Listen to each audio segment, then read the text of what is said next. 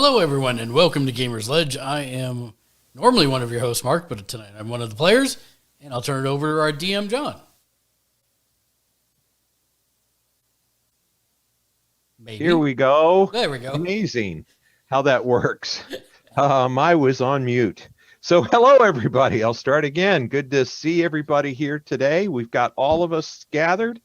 Last week, Archer was elected Hetman, and minutes after the election was concluded, there were large explosions outside. Our heroes ran outside, and they could see the what you're seeing on your screen. They could see the war machines attacking from near the bridge, and from a northern area they saw winged riders, and that's where we ended. We ended with a with that cliffhanger, and so yes, that's where we are. So with that, I named this episode the DoD attacks. Yes. So with that, I want to say hello to our players. And so I'll start with Daniel. Hello. Hey, how's it going, John? And Chris. Hey, John, glad to be back. Yeah, welcome back. And of course, he already said hello. We have Mark. Hi, howdy, how you doing? I'm wearing So my with Ukrainian shirt today, by the way. Oh, nice. Nice. That's awesome. That's awesome. Okay, so with that, before we get into actions, you're frozen right in the I'm seeing stuff. So right in that moment, do you guys have any questions or comments or any things to take care of before we proceed?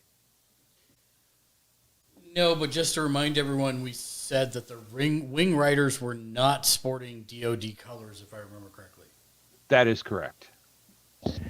And and Sveta and Oris both have a healing serum, like a healing hyper spray.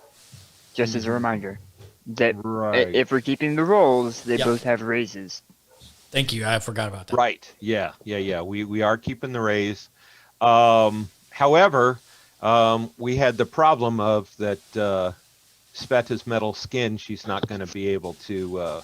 You said hit her in the tongue or something. Yeah.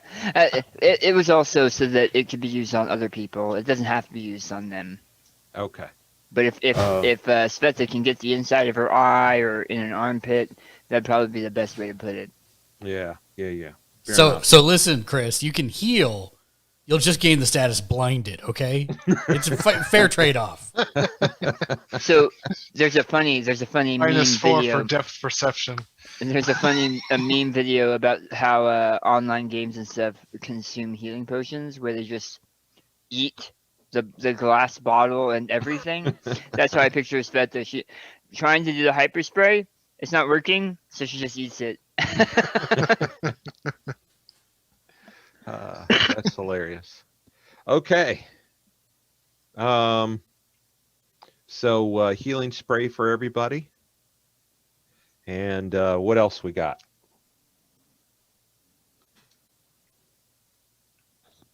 That was all I had. Crickets. Okay. All right. So tonight we're going to change the scale of the game. We're going to use new rules that we have not used before. And so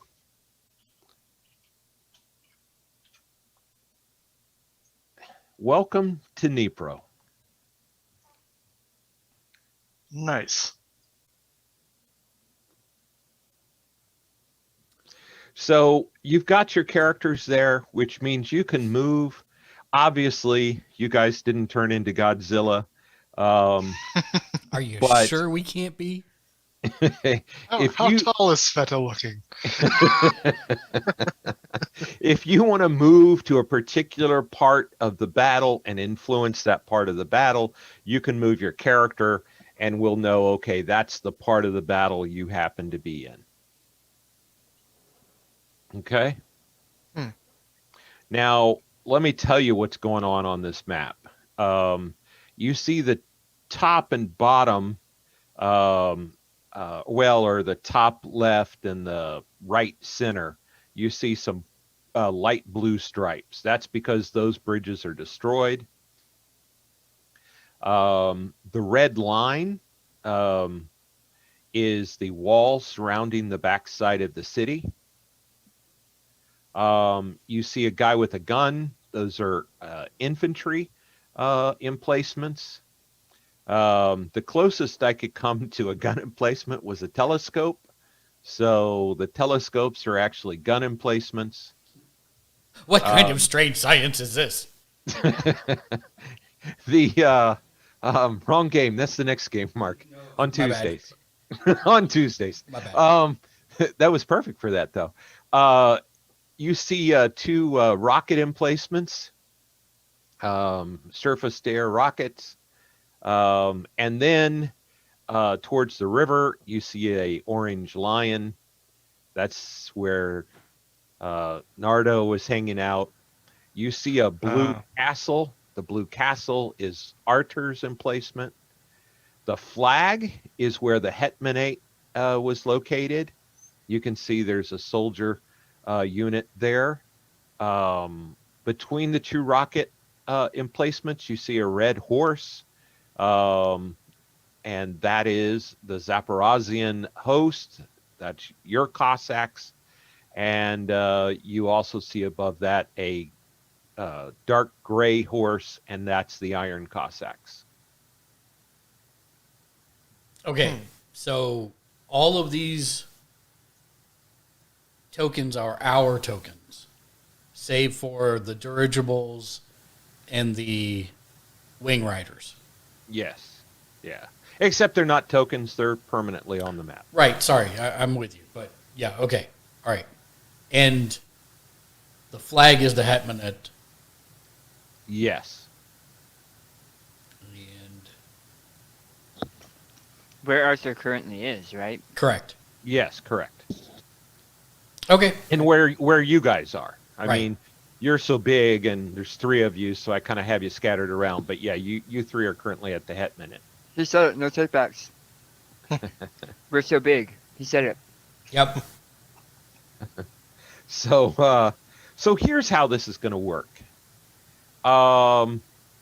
You guys, when you first arrived before the Hetmanate started, had actually taken efforts to fortify the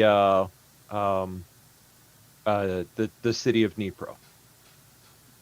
All three of you went and did some things. So for those actions, I'm going to give you, and I'll tell you how this matters, but for right now, it gives you a +2 every round that we have of every battle round. Every battle round, you're going to have a +2 for the things you guys did before. Okay? Now, every battle round is going to be 2 hours. Oh my God, we're not going to bed until like 3 in the morning. Of in-game time. Oh, my bad. Okay. Okay. So, you guys, and we'll RP this.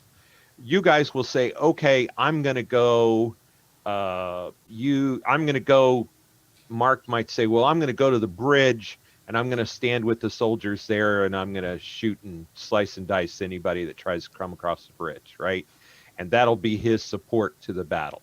Sveta says, okay, well, I'm going to go, I don't know, help the rocket guys, whatever, okay? And that is your support, okay? Now, we can decide there will be battle modifiers based on your actions and how that impacts the battle. At the end of the battle round, one of you will roll for, because it doesn't make sense for me to roll this, but um, the battle commander for this battle is going to be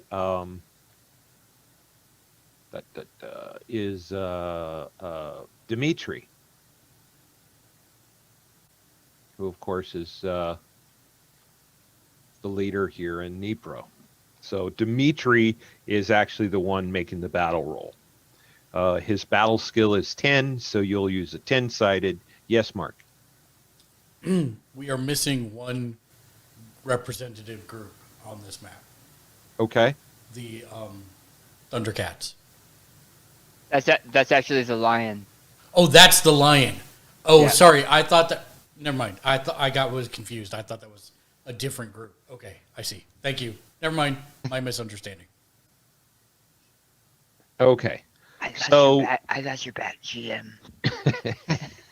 So the way the battle goes is there are battle tokens. Okay. The enemy has a certain number of battle tokens, and you have a number of battle tokens.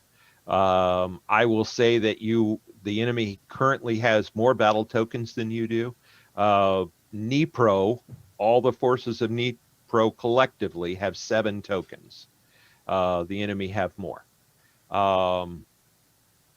When you lose the game by losing, or lose the battle by losing tokens, right? And so that opposed battle roll, I'll make the enemy commander's roll, you'll make Dimitri's roll. We'll do an opposed roll, add the modifiers, and then you're either lower, higher, or the same. A tie does nothing. Lower, you lose a token. And then we'll go into morale rolls for the end of the round, and which can have forces running. Bad things can happen. Now, you guys can affect the results of the battle. So before the commander makes his roll, if you want to enter the fray, you describe what you're doing and make a support roll with whatever skill is appropriate. So if Oris is going to stand in the middle of the bridge and katana anybody to death that comes, you're going to make a fighting roll, and that'll be your support roll. Okay. If Z-Teach is going to go to the rockets and make them more explodey, then he would make his weird science roll, whatever that is, right? Okay. What weird science is this? Tune in on Tuesdays. It's explodey. He just said that. Oh, my It's bad. explodey science. My bad. Okay, so if you have a success with your support roll, that's going to give the commander a +1 to his battle roll, but you're going to take fatigue. Okay. If you have a raise with your support roll, you ignore the fatigue. Now, you can choose instead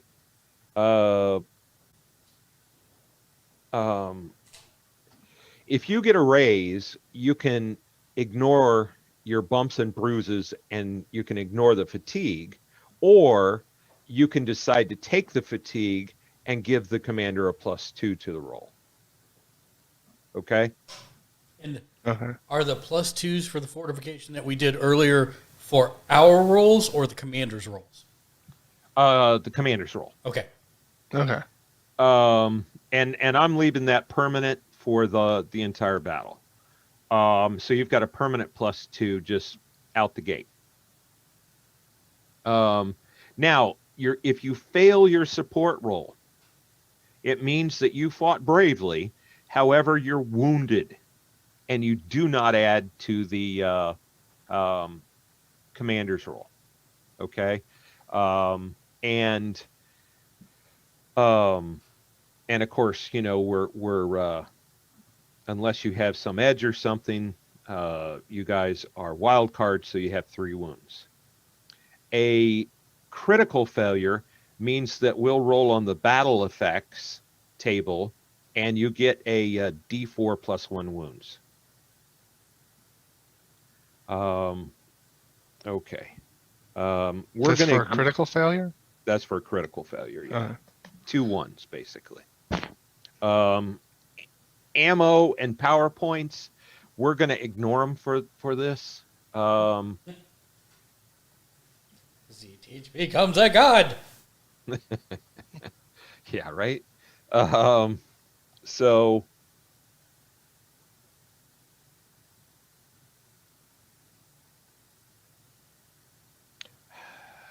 I mean, I don't know. We'll play that by ear, I guess. I don't know. The rules say that you use 3d6 PowerPoints each round. That seems. that's really high. Yeah. Oh, Yeah. So 1 round. Got it. So we're just going to ignore that. All right. John, did you And, make all these rules up, or is this actually in the book? it's in the book. In the book. Good. Then I feel less bad about saying this. This sounds super easy, barely an inconvenience. All right. Now, we could do 5 battle rounds like in 3 minutes, right? Roll. However, what I'm hoping that we can accomplish tonight, how I hope this goes, is that we actually RP and talk out and describe and really talk about what's going on in the battle. And so we'll see. Again, we're trying this for the first time, and we'll see how it goes. So any questions? You can Benny your support role. You can Benny the commander's role. Okay, so then my follow-up question would be, we know that there is something for getting a critical failure. Yes. Is there anything for getting a critical success? Well, the game doesn't have critical success. It has raises. And again, if you get a raise, then you can either add +2 or you can ignore the point of fatigue. And so then what If you get, happens? like, 3 raises or something, or 2 raises, can you get +2 and ignore? We'll see. And then my follow-up question is about fatigue, because I don't think we discussed what happens when you have fatigue. What does that do for you? I can tell you that in just a second. I think Chris is using his PDF. No, my character has a skill that uses fatigue, and I have it in my notes here somewhere. Ah, loophole. Fatigue. At 1 level of fatigue, they subtract 1 from all trait rolls. If you take another, you're exhausted, and you subtract 2 from all trait rolls.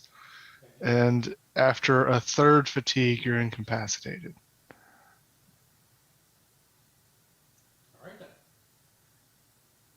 So I don't know if each round's going to add fatigue. I don't know how that's going to. Well, again, Can you skip a turn to remove fatigue? you can, I watched Savage Worlds has a podcast, and I watched their podcast where they role played this out. And I don't see it mentioned here in the rules. However, one of the characters they were playing Solomon Kane setting, and it was a town being attacked by werewolves. And one of the characters was a nun, and she spent her turn healing. And she was able to remove a fatigue off a teammate. But what that meant was that she removed the fatigue off the teammate, and she didn't add to the support roll. And did she get fatigue? She did not, because she wasn't making a support roll. Okay, got it. Okay. So we don't have a healer. Well, you have Z-Teach. Oh, that's right.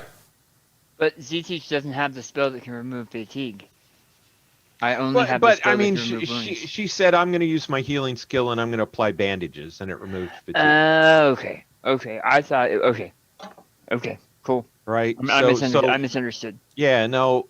This is the other thing to think about. This is you're describing your actions for the next 2 hours.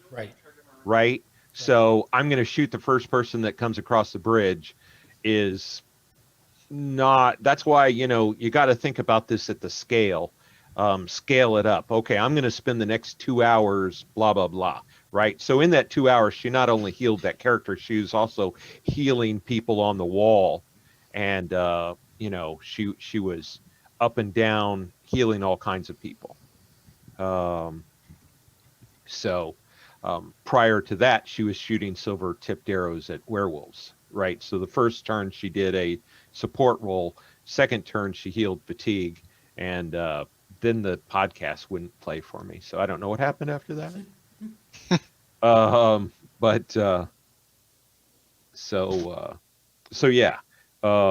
Yeah, good times. Okay. All right, let's do this. Okay. So, gentlemen, what you doing? So Z-Teach will actually talk to Oris first. He'll look at the incoming blimps and he'll say, "You know who those belong to." Oris nods. So what do you want me to do? There are some that may still believe that I owe them some sort of allegiance. If you have a way to bring them out of the sky. I'm on it. And Z-Teach will toss his wingboard down. Okay. And fly into the sky heading towards the, I was going to say gunners, but maybe the rockets would be better. So. I'm going to say rockets. Here or here? Yes. That one. Okay. The ones next to the Cossacks, yeah. Thank you. Okay. All right. Orist. Okay. Because I don't... Okay, this is supposed to be 2 hours.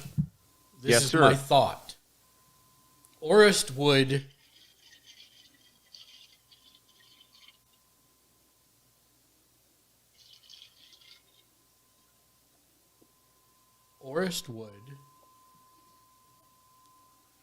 move to his host. Are they just there, or are they guarding something in particular? That's their encampment. The battle's just begun. Okay, so I would implore Yemlin to protect Archer with the host. Okay. And then, so your plan is to now Yemlin and everybody. Yemlin is actually still at the Hetmanate, right? Because you just walked outside when you heard explosions. Right. Okay. Well, okay. So I would have the host then, in lieu of Yemlin not being there. I would gather up the host, or I would tell the host to ride to Arter's camp and protect him. Okay, and Arter's currently at the Hetmanate. Every leader's at the Hetmanate. Yes, that's right. I'm telling them to go there and then escort him wherever he needs to go and protect him. And so that's on my way through. Okay. Because I'm going to, I mean, if it's 2 hours, that'll take like 10 minutes. And then I'm going to actually move to support these guys on shooting down the Wing Riders. Oh. Okay. And I'll use my plasma cannon in a system and try and call out strategic stuff. And so, is it moving and then I have to wait, or do I make a support roll now, or? We'll get there. We'll get. Okay, no problem. Roll. No problem. So that's it. That's my 2 hours of what I'm doing. Okay. Sveta. Is there a limit of like one action per round kind of thing? Well, I'm going to take no. You've got 2 hours, but it kind of needs to be a focus. So Mark's role is going to be based on shooting. Z-Teach is going to be on. What skill do you roll when you're inventing or sciencing? For me specifically? Yes, sir. Weird science. Weird science. So he's going to make his weird science roll. Elastic And tubes, so, you know, if you go, I hadn't rolled yet, but I could make that roll now if you want. No, not yet. Okay. So if Sveta stands in the middle of bridges and smashes people, then she's going to make a fighting roll. Yeah. If you go and go to another gun emplacement and shoot arrows at things, you're going to make a shooting roll. If you go, you know, right, it's just going to kind of depend. Now, Mark, I see you. 2 seconds. I'm actually going to have Mark make 2 rolls. I'm going to have him roll a persuasion roll, and then his shooting roll up there. And I might have said fighting, but I meant shooting for Mark. Yes, Mark. I just wanted to say the reason I'm out of character table talk. Z teaches on the 3 dirigibles. There's a crap ton of wing riders, and I don't think that the forces will hold them on their own. So that's the only reason I went over there rather than going and protecting the bridge, because that was my original thought. But then I'm like, no, there's just too many wing riders. So Sveta, feel free to do whatever you want, obviously, but I do have a feeling that bridge is going to come into play in some way. But the good news is that we do have the other host nearby. So yeah, just table talk real quick. That's all. Yeah. But Z-Teach is over here working on rockets, right? Yes, that's the idea. Okay. He's going to be upgrading their targeting systems to aim for very specific points in the blimps that he knows of. Yeah. And are these like anti-aircraft embankments or just machine gun embankments? Ooh, good question. Yeah, we described them at the beginning of the game. They are basically anti-aircraft guns. AAA. Yeah, they are AAA. But the nice thing about AAA is they can be used against other troops. Okay.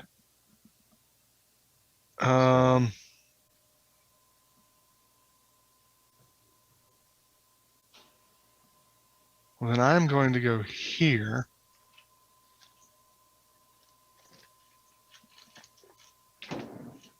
And I'm going to bless the machine guns. Make some holy AAAs. That's not out of character.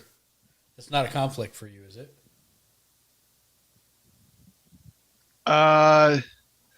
No, it's not. It's not a permanent. It's not like a creating MDC thing. It's like a temporary blessing them with like better stats kind of thing. I just didn't want you to get in trouble. Here? Yeah. Is that where you were going? Yeah. Oh, okay. I kind of didn't eat dinner, and I realized I was really hungry. So, all right. So, all right. Anything else, gentlemen? And lady. Someone set us up the bomb. Move out every zig. All right. So you get to Orist. You get to you run up to the host, and you're hearing explosions. You're hearing gunfire. When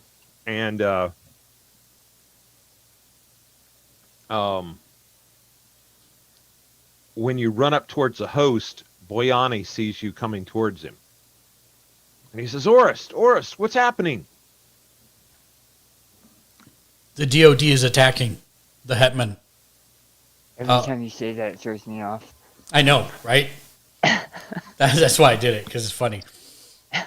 The disciples of destiny are attacking. Archer has been named the new Hetman, but they are attacking via wing riders and those blimps. And it does not appear they have angels in the blimps this time, so it's worse. Okay. Shall I move the host to fight? I would move, if it were me, friend, I would move the host back to the Hetmanate, because all the leaders are there, including Yemelin and Artur, and none of their encampments have been notified yet. You're the first, so you could do the most good in protecting them, and then taking orders from Artur and Yemelin from there. Okay. Go ahead and make your persuasion roll. That requires a character sheet. Stand by. Stand by one.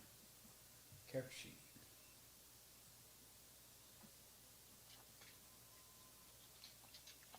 And you have a +1 because Boyani's inclined to do what you say. Survey says 7. Yeah. So he grabs your shoulder and he says, we will defend them, brother. We will defend them. And I'll clasp the shoulder back and then move on to where I'm heading next. Okay. As you head up that way, are you taking your horse, by the way? I don't have my horse. No, remember Archer brought the horses with his when he arrived in Oh, well then, yeah, I'm totally on my cyber horse. We specifically sent him messages to ask. Oh, that's right. Yeah. Okay. Yep. So he brought, and matter of fact, Ralph, or what was his name? Really? Ralph is here? Ralph's here. Nice.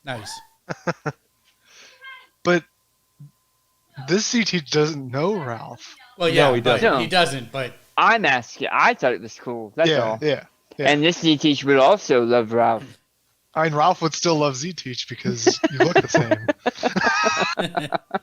He just doesn't have any quads. You know, the interesting thing is that I think because the DNA would be the same, right? So Yep. I think it would smell like the same Z-Teach. Right? A little bit less hippie, a little bit more science. Yeah, More metal and grease. Yeah. Less hippie, more nerdy. Okay. so then I was going to say I was going to attempt to take the fastest way there, which would cut through the other host. And I would shout to them as I'm riding past through around whatever I can do there that the Hetmanate's being attacked. Look to the skies and then keep riding. Okay. Just to get them moving. Right. As you go past, you do see them mounting up, arming up. I mean, really big explosions do kind of alert everybody. That is true. And so you get to the gun emplacement, and there is a system of 8 guns right there on the riverbank. And in the center, there's kind of a tower, and you can see there's a commander there in the tower.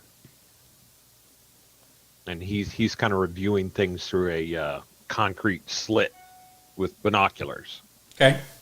So where are you going?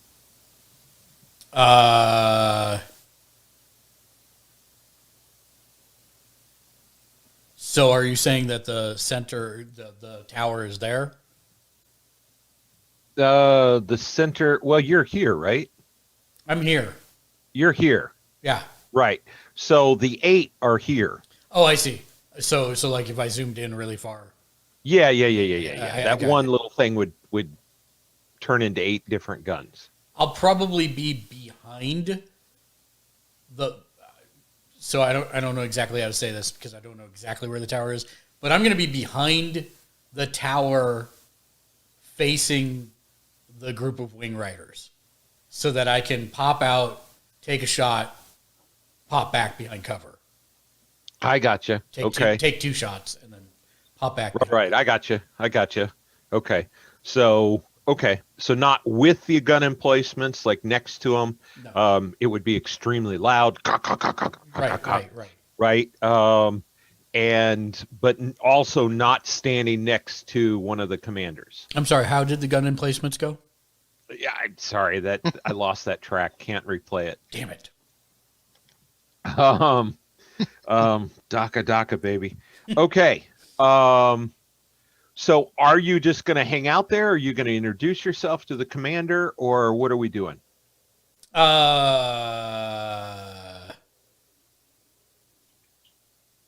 If he's in a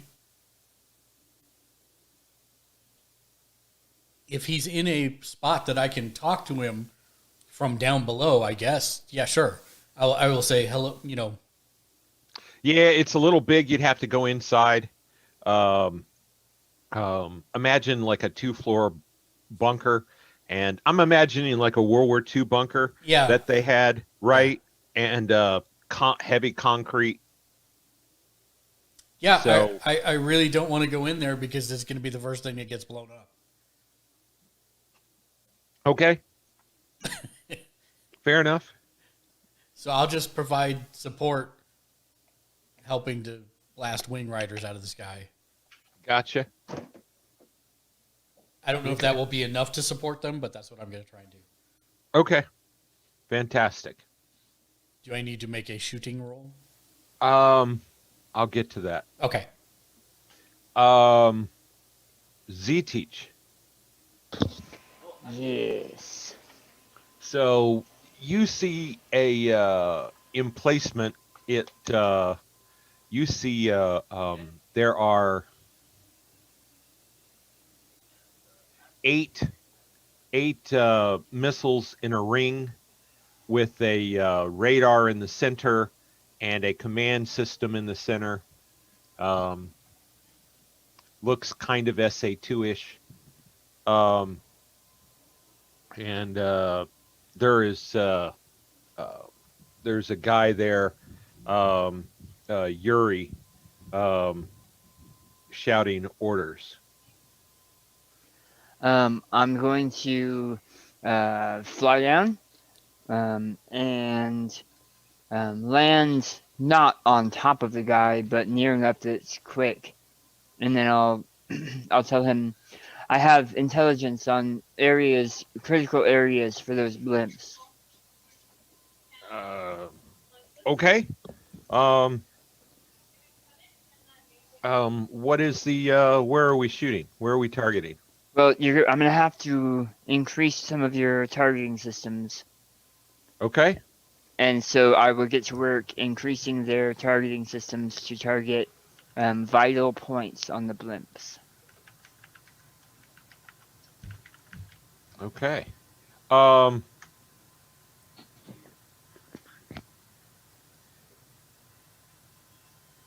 Okay. So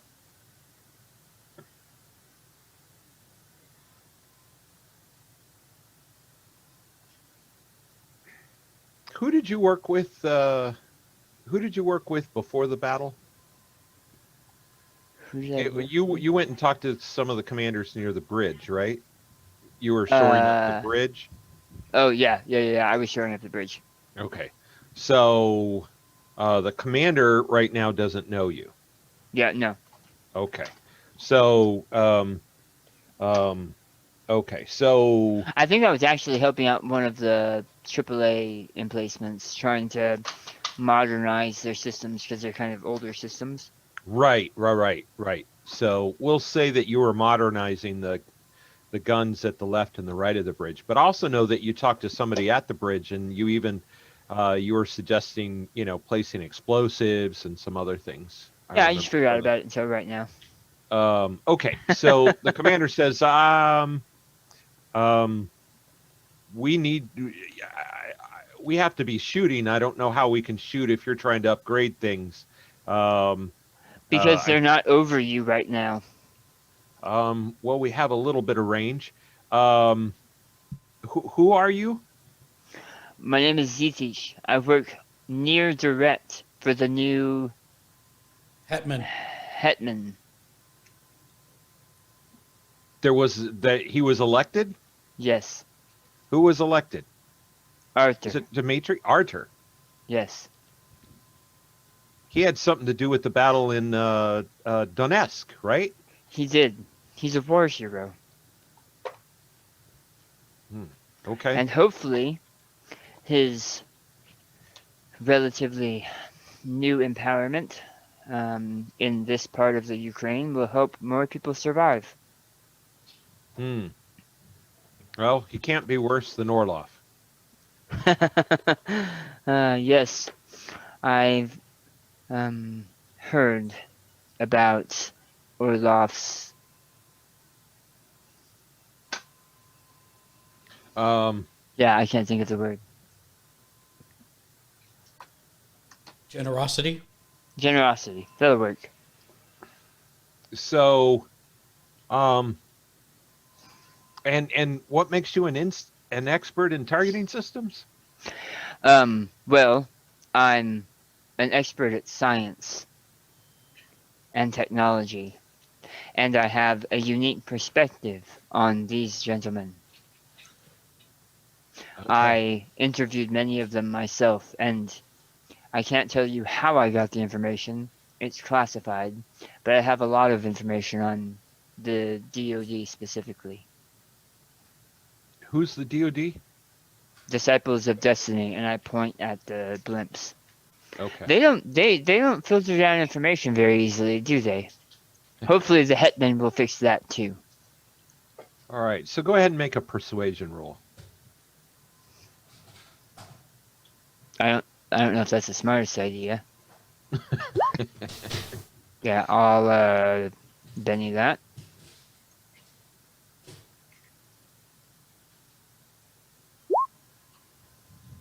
And I'll take the 2. I'll Benny that. You can go ahead and Benny again if you want. I'm rolling a D4.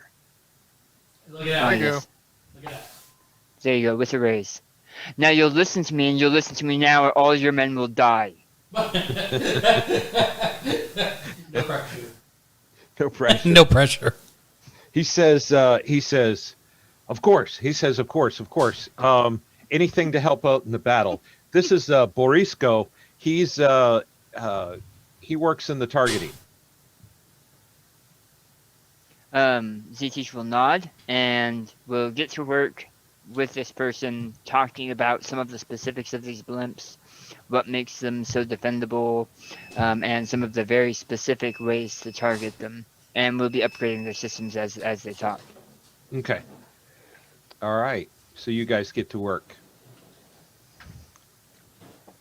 Sveta. Okay.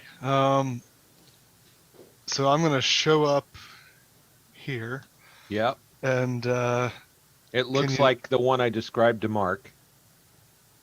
okay, so it's eight guns, Yes. tower in the center. Yes. How does the bridge look from here? Are there enemy forces coming across it? There are, yes. Guys in gray coats. Okay.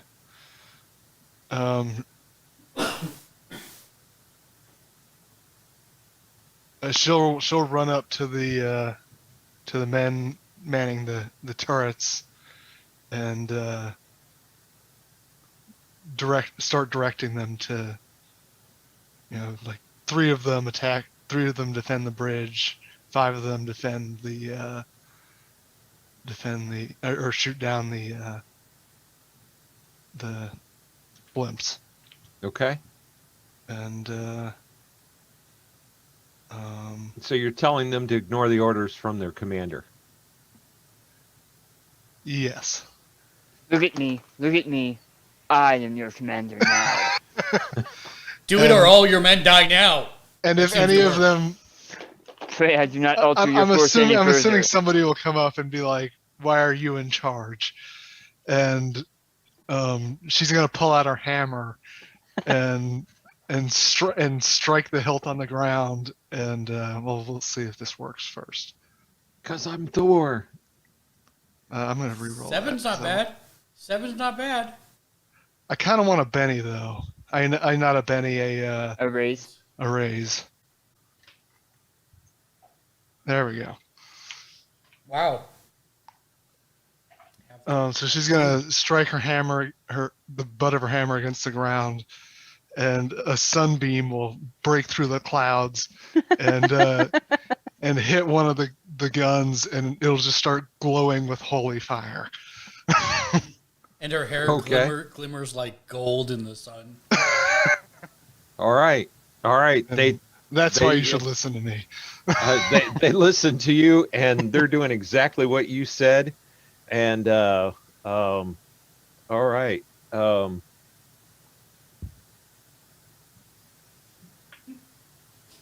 John was not expecting 2 out of the 3 of us to get all biblical on these people. All right. DT should see what these blimps can do. There's nothing to joke about. As one, you hear that whole gun emplacement starts shouting, "Kuznaya, Kuznaya, Kuznaya,"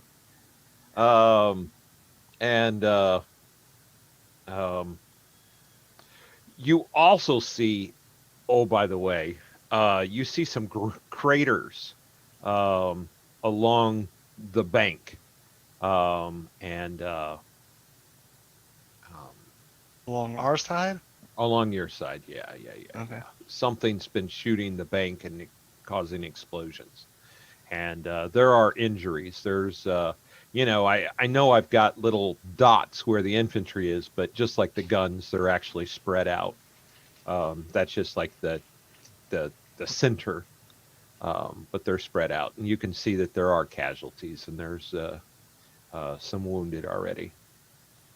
But all right, any last words for round 1? You still didn't have me make my shooting roll. I know I haven't. Okay, just making sure. I know. So before we make rolls, anything else we want to talk about or discuss or say or do?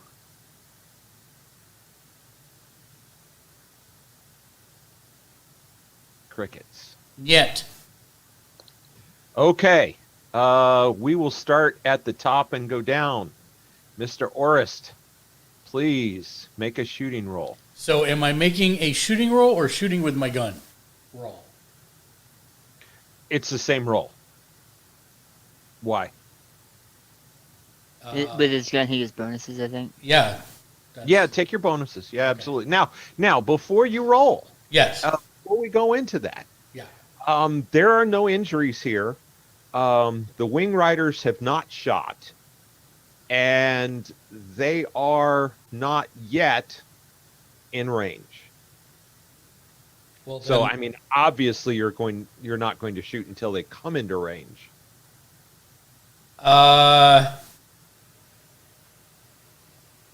Yes. But also probably not until they shoot. Okay. He wants to make sure they're bad guys. Yeah. Because I'm not sure, since they're not wearing Disciples of Destiny gear. I mean, I'm not saying that the troops won't shoot at them first, but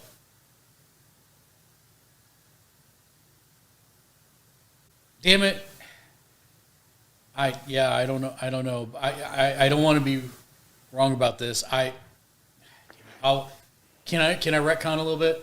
Yeah. I will go inside. I will talk to him, and I will explain. I will introduce myself to this guy. I will say, I don't know if those are people with the Disciples of Destiny, which are the blimps that are attacking. They are different colors. They are not wearing any of Disciple of Destiny colors. I think we should wait to see what they do. We didn't recognize their coloring even, right? No, we didn't recognize anything about them.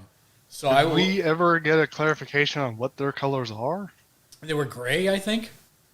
Yeah, I didn't answer. Let me look at something here real quick.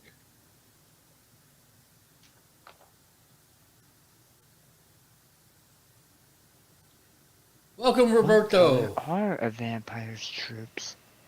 Welcome to the stream. Hope you're having a good Thursday evening.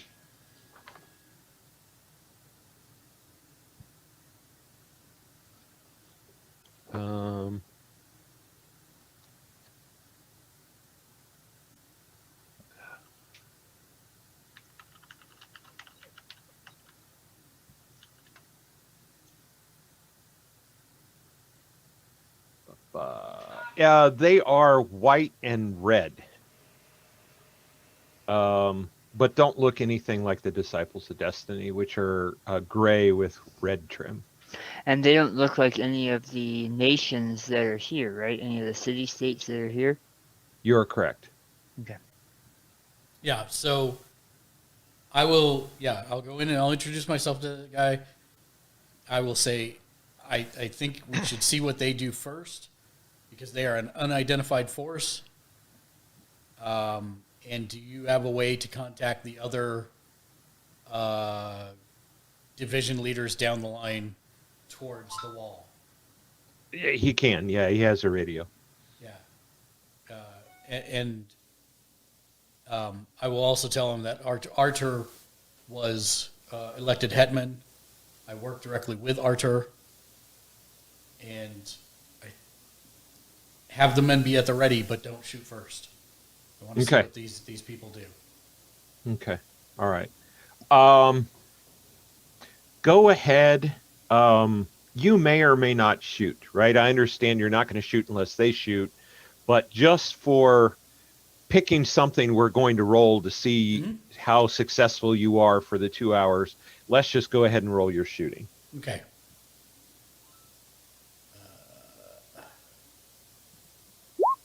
They'll be within range within that 2 hours, right? They may not be in range now, but at some point in those 2 hours. Like in 3 minutes. Bend a Benny on that. Okay.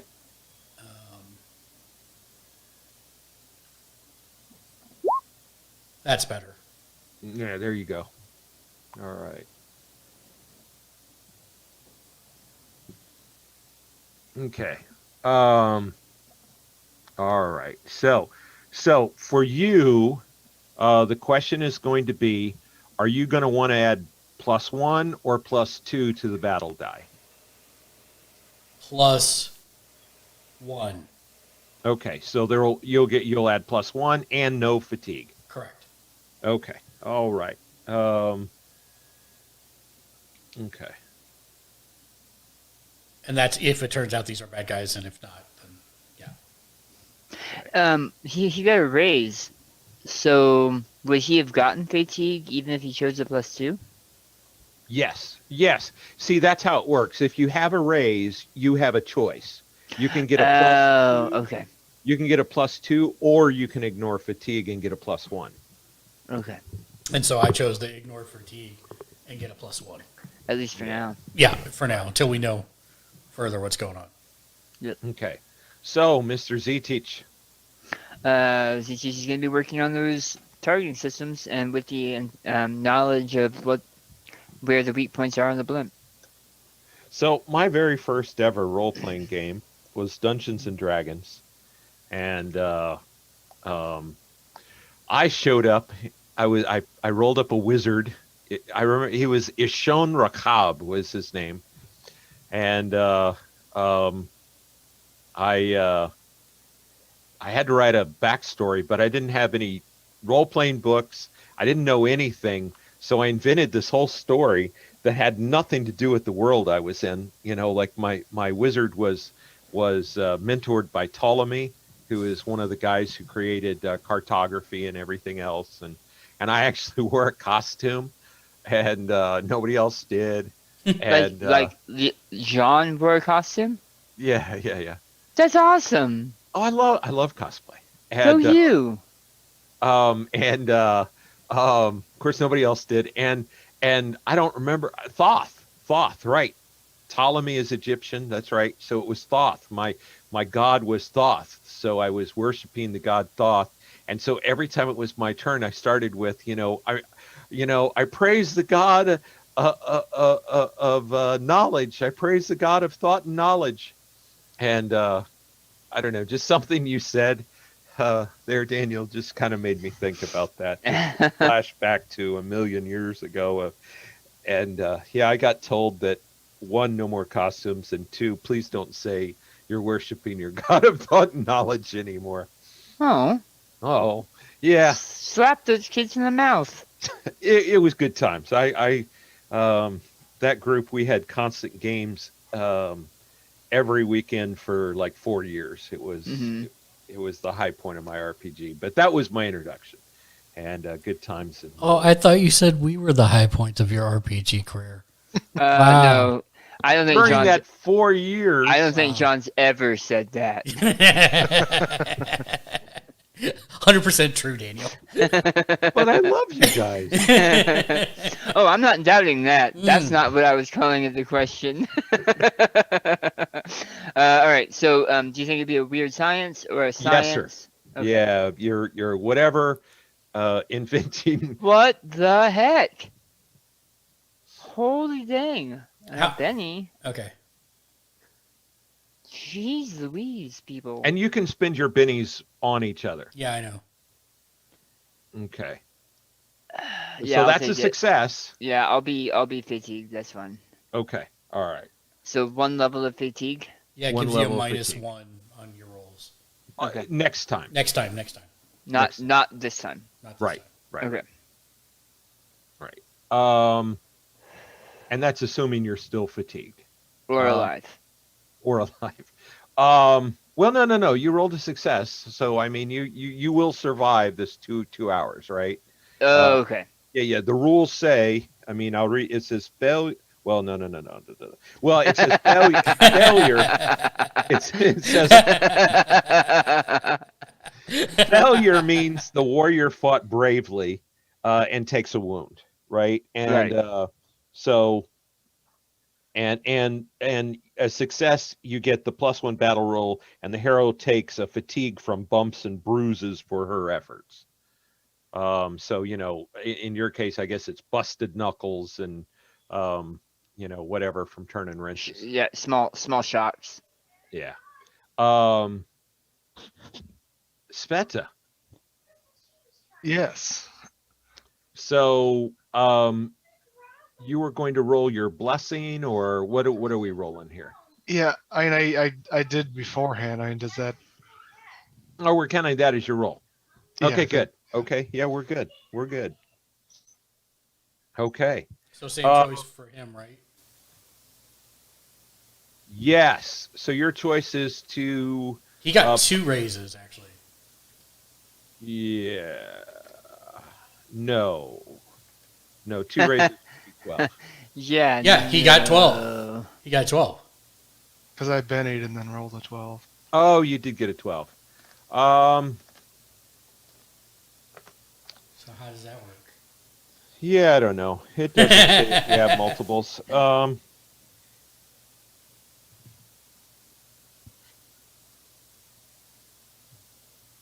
Yeah, we'll give you the +2 and no fatigue. Okay. All right. So, the battle begins. The war machines have some kind of energy gun. It looks like an energy gun that's shooting out the front of the ship. It's not a sonic weapon. It's not the Angels. You saw that from a distance, and this looks nothing like that. But they're kind of standing off a little bit at this point, and shelling the shore. Who's shelling Seashore? The war machines, the blimps. And how does that sound again? Ha ha. You wish. Wow, I can't get it where I want it. All right.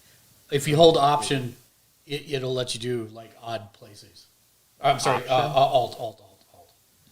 If you hold Alt while you drag. Oh, there we go. Thank you. Yep, no Thank you. Okay. So during the battle, two more showed up, and they flew past the three that are doing shelling and focused towards some areas where there was just massive carnage, and the front opened up. It's kind of like landing ships, you know, kind of D-Day kind of thing, opened up, and troops are spilling out. And so that was happening. They made multiple runs dumping troops out, and the ships actually doing the shooting stood off a little bit. The Wing Riders flew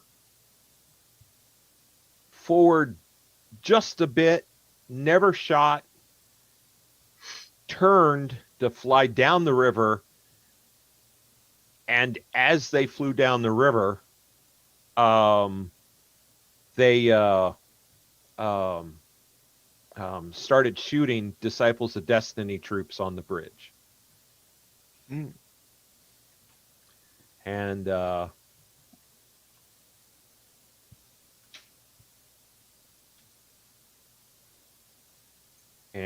there are two of the landing ships that started puking out troops near you, Mark, and one that was shooting. And so that's, I'm assuming, what you were shooting at. Yep. And so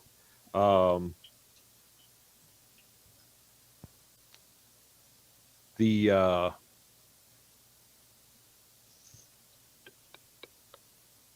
that's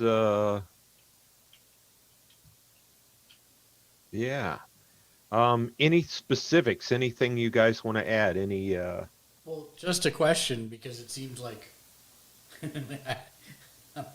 I'm not trying to be a bad person when I say this. It just seems like our actions didn't do anything. We haven't rolled yet. We did roll. We haven't made the battle roll yet. Oh, okay.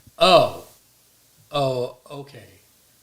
Oh, okay. So it's like we thread up our actions, you thread up their actions, and then we roll a battle roll to see how it goes. Yes, sir. Okay. I think that's where I was misunderstanding. Yes, sir. Got it. Okay. So yeah, this is you do something, they do something. I'm going to, just for ease, since they're flying kind of in a formation, this is the average location of the Wing Riders, this guy over here. All right, so who wants to roll for Dimitri? So my only last question is, once we established that the Wing Riders were friendlies, could I have that guy get on the horn and spread the word down the other direction not to shoot them? Yes, absolutely. Okay. Absolutely. I think the That would have been funny. That would have been funny if John's like, now he says, no. I think the Kuznaya should do it. Okay. Okay. Actually, either Kuznaya or the Defector, either one is apropos. Either one solves that problem. That's correct. Real quick. I figured I'd have you each roll on different turns. So whoever rolls this turn, somebody else will roll next turn. So just to keep it interesting. So whoever wants to roll this turn, it's a D10, and then of course include your wild die of the D6, because Dimitri is a wild card. And plus, one. No, I've got your pluses because it's a lot more than 2. Right. It's like I'll tell you that when we see the die roll. Okay. Or so actually, I'll tell you now. It's 1, 2, 3, 4, 5. It's +7. Okay. Okay. So it's 1d10 plus a d6. Well, not plus. You need the wild die, so you might have to roll them separate. Did these explode? Yes. Okay. Do you guys But want me again, to they roll don't first? add, right? The wild die doesn't add. It's a separate die. I don't know if you can program that in. I don't know. I don't think so. I think you have to So just roll them separate. Yeah. Okay. I'll go ahead and roll then. Wow. Okay. So roll your D6. Can I? I guess I Go have ahead. to roll them. Yeah, together, you can bendy it if you want to. No. Oh, Roll I your. should roll the You might roll a D6 36 with the frickin' D6. Yeah. Okay.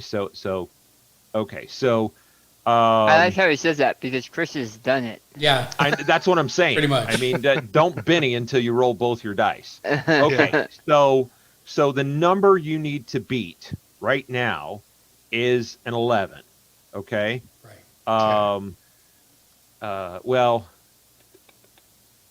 Well, so if we add no, you need to beat a 13. You need to beat a 13, right? So with all our add-ins. So the enemy, because they outnumber you, they have more tokens. Right. So they're getting bonuses for that. They're getting bonuses for some other things, the technology and whatnot.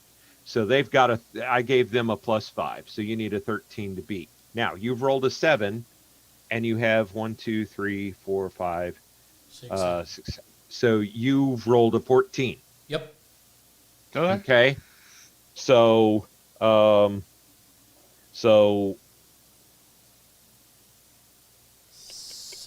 what you're going to have is so the winner of the opposed roll consults the battle results. Any casualties are generally distributed evenly throughout the army, or as I feel appropriate. Okay, so if it's a tie, both sides lose 1 force token. If it's a success, we'll call that a marginal victory. The victor loses 1 force token, and the defeated loses 2. Is there a great success?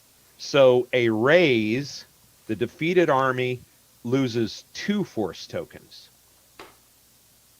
and you don't lose any. Now, remember that a raise is going to be 4 points above your target number, and in this case, your target number is 13. I still think you should spend the Benny because we have the success on the wild die, and if you Benny the D10, we do actually have we have a much better chance of getting a great success. But can you Benny just the D10 and not the wild die? No, you re-roll the entire test. Yeah. So you would lose the D6. Right. But you get to roll both again. Yeah. It's up to you, Chris.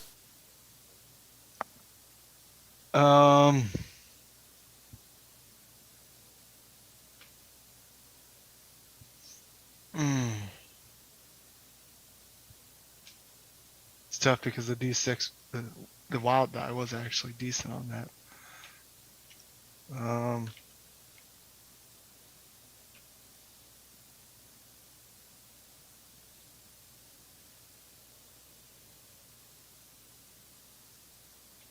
Hang on,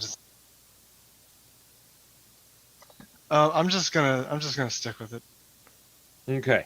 All right. So we lose 1 and they lose 2. Right.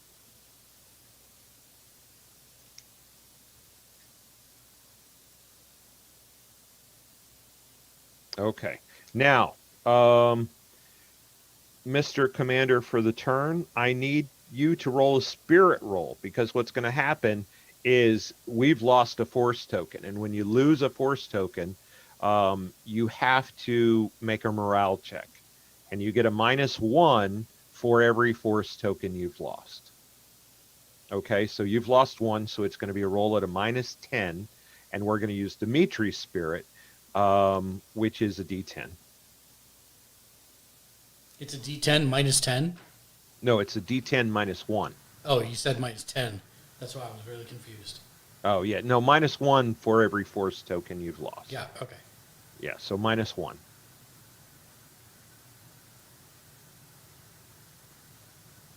And who's And- rolling? You are, Oh, because you're the commander for the turn. okay. So 7. So that's a 7. Your target is a 4. And so it's not a raise, but it is a success. And that means we will continue for another round. And I roll a 9. -2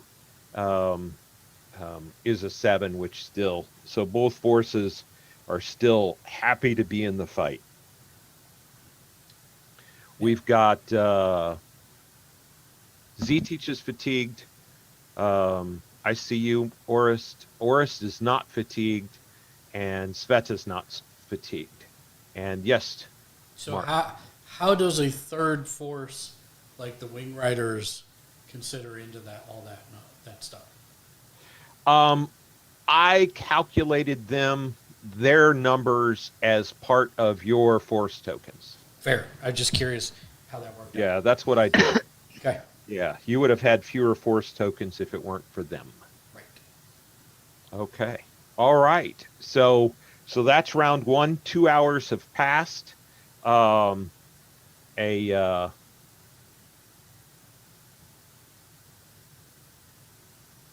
the end of this, one of the landing ships or 2 of the landing ships have been destroyed.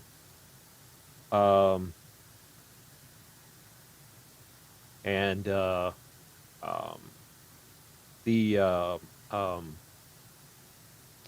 bridge fighting, the bridge is held, and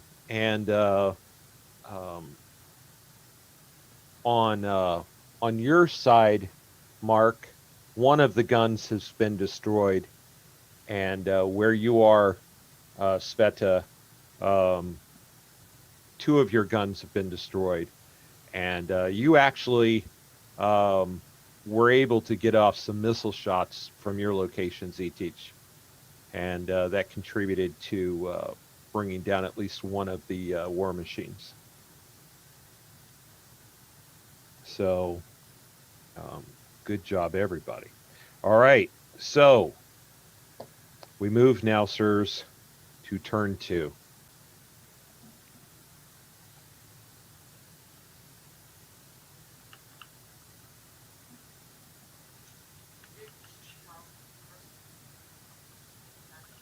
Mm-hmm. Are there casualties near me? Are there Disciple of Destiny casualties near me? Yes. Yes. Enough that I could grab a bloodied, or not bloodied if I can find it, uniform and don it?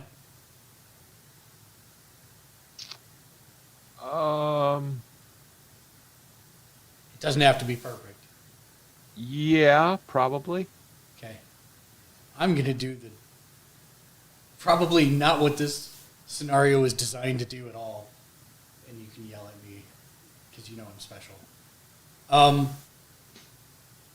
going to try and infiltrate this one and take it over to shoot at the other ones. Okay.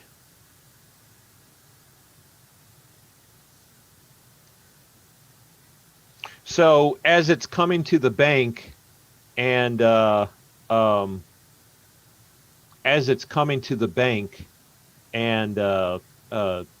dumping out troops, you're going to board it and try and get to the control room. Yeah. okay. And worst case scenario is I destroy it or cripple it and jump into the water. But the goal is to try and infiltrate it and take one over so that I can use it to blow up some of these other ones.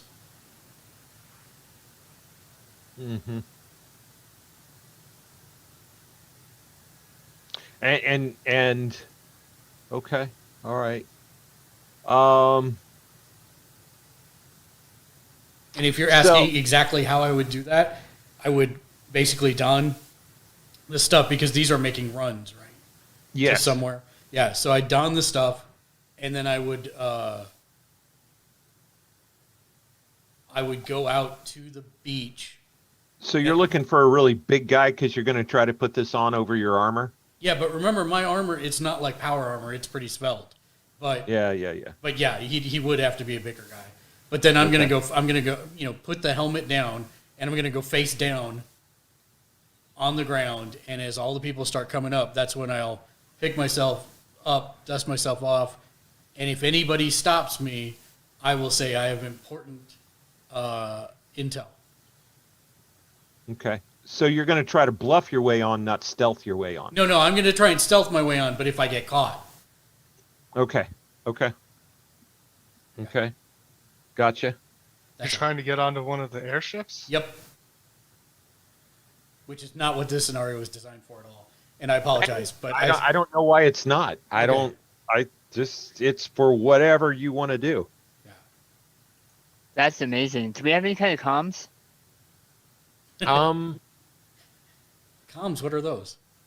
The things that would prevent me from shooting you down? Yeah, pretty much. No. Yeah, you did in Donetsk. Well, they did. The other Z-Teach did. Yeah, the other Z-Teach did, and it didn't work on me because, again, metal skin. Yeah, and I don't like calling myself. No. Remember, you went to the dock and he drilled a hole, and where you paid the guy. Oh yeah, we did. We actually did drill a hole. Did we? Yeah, he drilled a hole. Yeah. You've got yours permanently installed. That's right. Okay. You're the only one of us that's actually a cyborg. Kind of, yeah. Yeah. So I would have while I was face down, radioed Sveta and let her know what was going on. Plus, I would have told these guys what I was going to do, so they didn't shoot me as I was on the embankment out there. Right. Okay. Wow, that's a big guy. Kill him. The commander grabs your shoulder and says, "This is a brave and a foolhardy plan. I'm at a loss for words, but you and your troops are doing an excellent job. If I'm lucky, if we can commandeer one of these, it could turn the tide of the battle, even for a brief moment." Okay. All right. So, yeah. So we'll get to your roles in a minute. So, Z-Teach. Yes. You've been really successful with the targeting, and you've pretty much got that done. It's honed in. So now what are you going to do? Does the is there a benefit to me staying here versus going to another site and trying something else? There is another missile location that's actually closer to Artur, if that matters. And so you could try to upgrade it. Yeah, I'll do that. Okay. So you're going to come over here? Yes. Okay. All right. So we're going to do the same thing. So now the commander of this silo is radioing the other one, and we don't need a persuasion roll because he's not only told him who and what you are, but he's also told him, hey, our missiles are working better. Listen to this guy; he knows what he's talking about. Okay, awesome. So, but the commander, when you get there, well, the woman actually, when you get there, she introduces herself as Olina, and it's Captain Olina, and she's the commander of that battery. Zetich will bow to Captain Alina and say, "I'm here to help." Well, we could use your help. I don't know why we're being attacked, but My guess is somebody's unhappy with the new choices your government has made.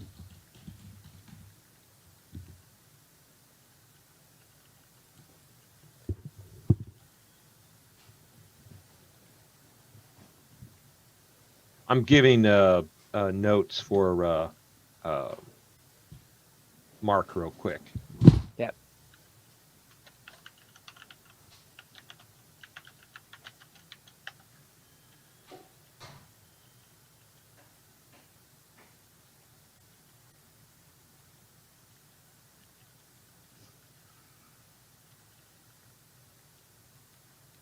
There you go.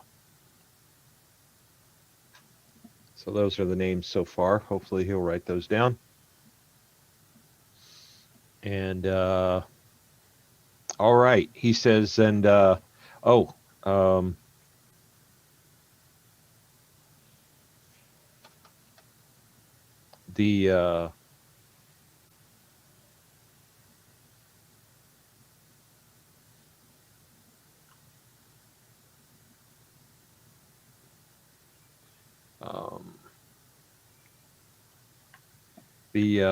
targeting NCO for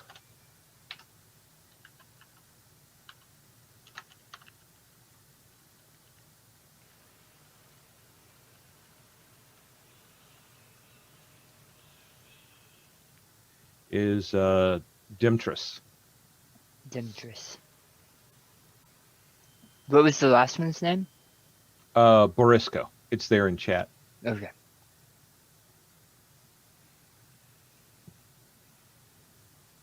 Yeah. Okay. So yeah, let's put that there. Ah, great.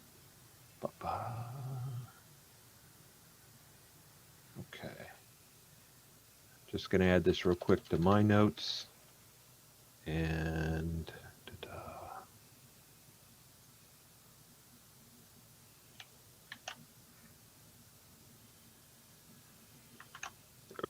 outstanding. Okay. Great. So all we're going to need from you this turn is going to be your weird science roll. Weird science. And we'll get to that in a minute. Okay. But yeah, the commander's excited. She asks you, she wants the details of, what are we targeting, however, and, you expected, hey, these are the hard points. These are vulnerable points. We're wanting to go ahead and target this. I'll tweak your thing this way. And you explain all that.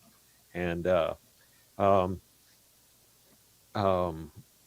Dimtris is not as quick on the uptake as Borisco was, but I mean, he's still bright, just not quite as bright. Mhm. And yeah. So, Sveta.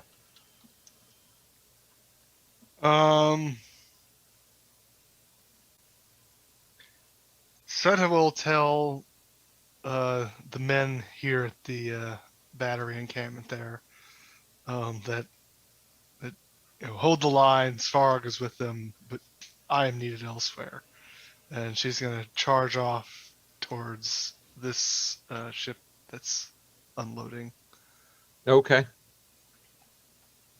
And she's just going to enter into the fray there. Okay. Taking down the guys that are coming out of it.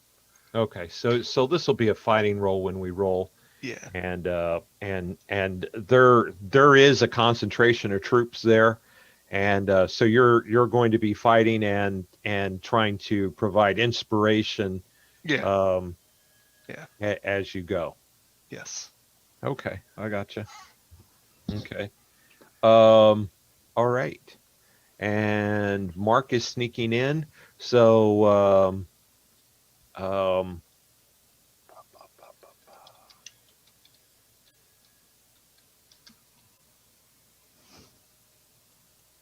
right. Right. All right. So that's what you guys are doing. Um,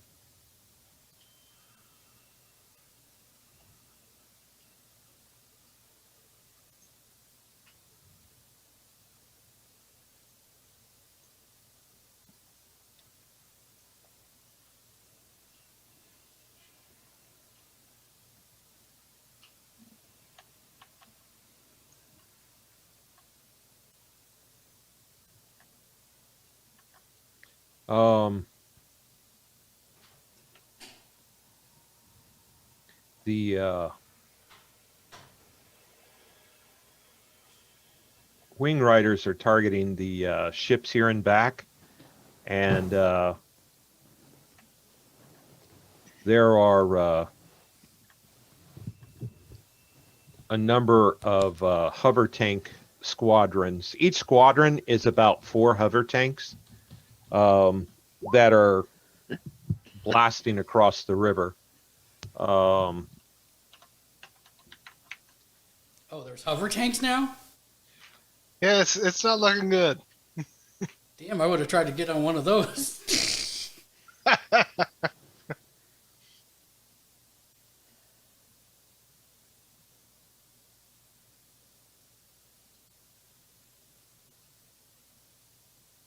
All right, I'm looking for something here real quick.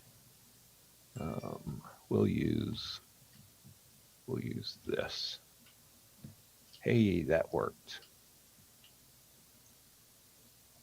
All right. Sveta, Yes. you're going to see this, and you can, by any means, relay it to the others. The Iron Host has moved up towards the bridge and is attacking the Dnipro forces from the rear. Okay. Yeah, I'll relay that to Mark. Does Z-Teach have a comm? Did we? No, he does not. Okay. But you can, you can have the forces notify all the other forces. Yeah. That works. And And he's at hopefully a, I'll get the message. yeah, he's at a missile battery, Yeah, and that works. so Because the other part is they don't know where I am either. yeah. So the Iron Host is attacking on the side of Disciples of Destiny. Yes. Those sons of guns.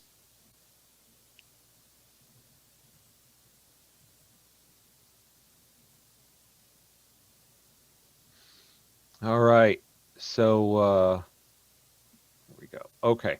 And I don't know, for your notes, Mark, I put some NPC names. I saw that. Thank you.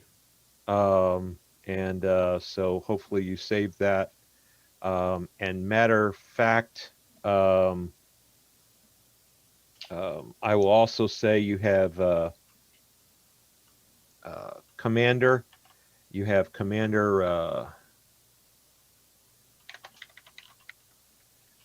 Kuzma. Gun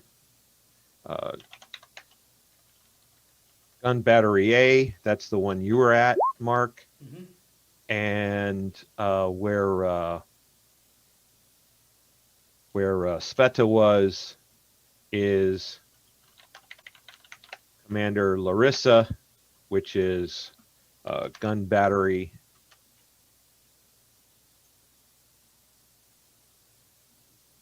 C. Okay, and so we have what everybody is doing. Wait, I missed it. Daniel, what were you doing? He moved to the second rocket battery and doing the same thing. And I'm sorry. And I should have let him answer. no, it's all right. And what skill are you using, Daniel? Weird science. Oh, he got the music. I was waiting for that. Yeah, yeah. Obviously, we know why you didn't play more than half a second. That's right. So Don't need a repeat of that. No. yeah, no, that'd be Nope. bad. So okay, all right. Well, let's start up at the top, by making a stealth roll. Okay. That would require a character sheet. There it is. Stealth roll. Stealth roll. I'm going to give you a +1 because you are in a uniform, and there is some chaos in the battle going on. Come on, explodey dice. Oh, whoops. That's a success, but it's not a. It's not a. I'm gonna reroll that. Benny out. All right. Come on. Nope, I'm gonna Benny that too.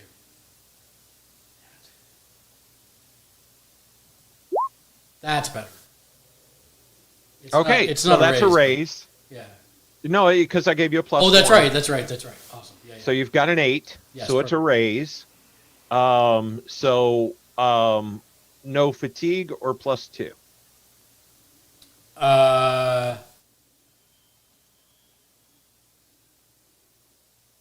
+1 and no fatigue. Okay. Okay. Brilliant. All right. Mr. Sveta. Miss Sveta. So fighting roll. Fighting roll. Well, that's a success. I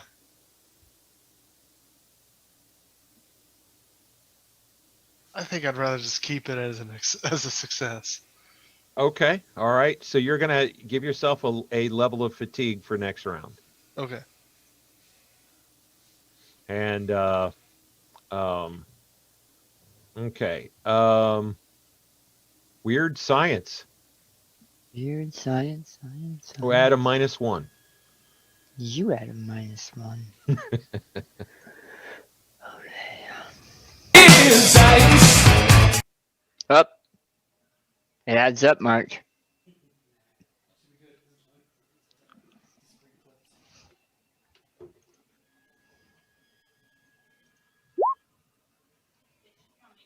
So you got a 6.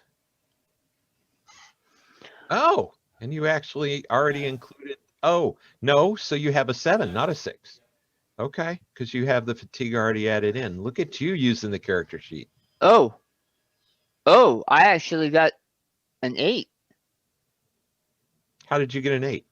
because I didn't Oh, realize yeah, it was. yeah. You rolled an 8, but it's -1. No, I rolled a 9, but I put a -1 on my character sheet, not realizing fatigue was going to take it off. Oh. If you hover over it, it says I rolled a 9, and I should get a -1, but instead it's a -2 because I didn't realize fatigue was going to do that. Oh. So I actually got an 8. So you got a raise. Look at that. Okay. All So- right. +1, no fatigue, please. Okay. But that's awesome that fatigue does that automatically when you put it in your sheet. I mean, Yes. it makes sense, but Yeah. All right.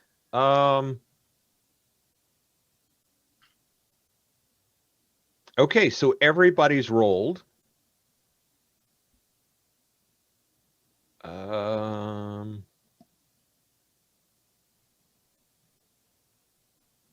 All right, everybody's rolled.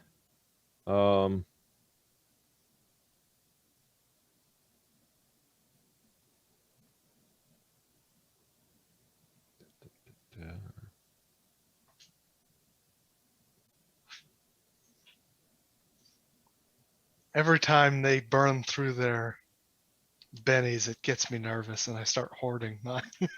I know. It's all right. These are mine. All mine. Okay. Wait for my So bennies. who's going to be commander this turn? Mark. Yeah, I was All originally right. going to say Z-Teach, the defector, because it would make more sense. But seeing as this could be my last turn on Earth, I should probably roll. Yep. Yep. Because you're gonna be dead. Probably. Is your mic turned off, Mark? You sound like. It's not turned off. I'm far away, and now. Oh wait. Is No. my mic turned off? Mark, we're hearing a different mic. My mic is turned off. Yes, thank you. There we go. That's a lot better. We could hear you, but it did not sound like you. Yeah, sorry. Oh, good change of background, Chris. I hadn't seen that. Yeah. It's Yeah. actually Nipro. Yeah, Oh, so there you really? Yeah. I was gonna say Daniel should do it. ZT should do it because he's the trader. But seeing as this will be my last probably turn on Earth, I should probably roll. Also, I was faster and said it should be you. Yeah, that too. All right, so I'm rolling a D10 plus 7. Is it still 7? No, it's +5. Plus 5. Okay. Roll 1D10 explodey plus 5. Wow. And then my wild die is roll 1d6 explodey plus 5. Good. Yes, we will be What Benny. in the We will be Bennying that. I will use my last Benny. No, and you can keep the Benny. I'll Benny that. Okay, good. Thank God, because I'm probably going to need the Benny sooner rather than later. This All is why I hoard them. Yes.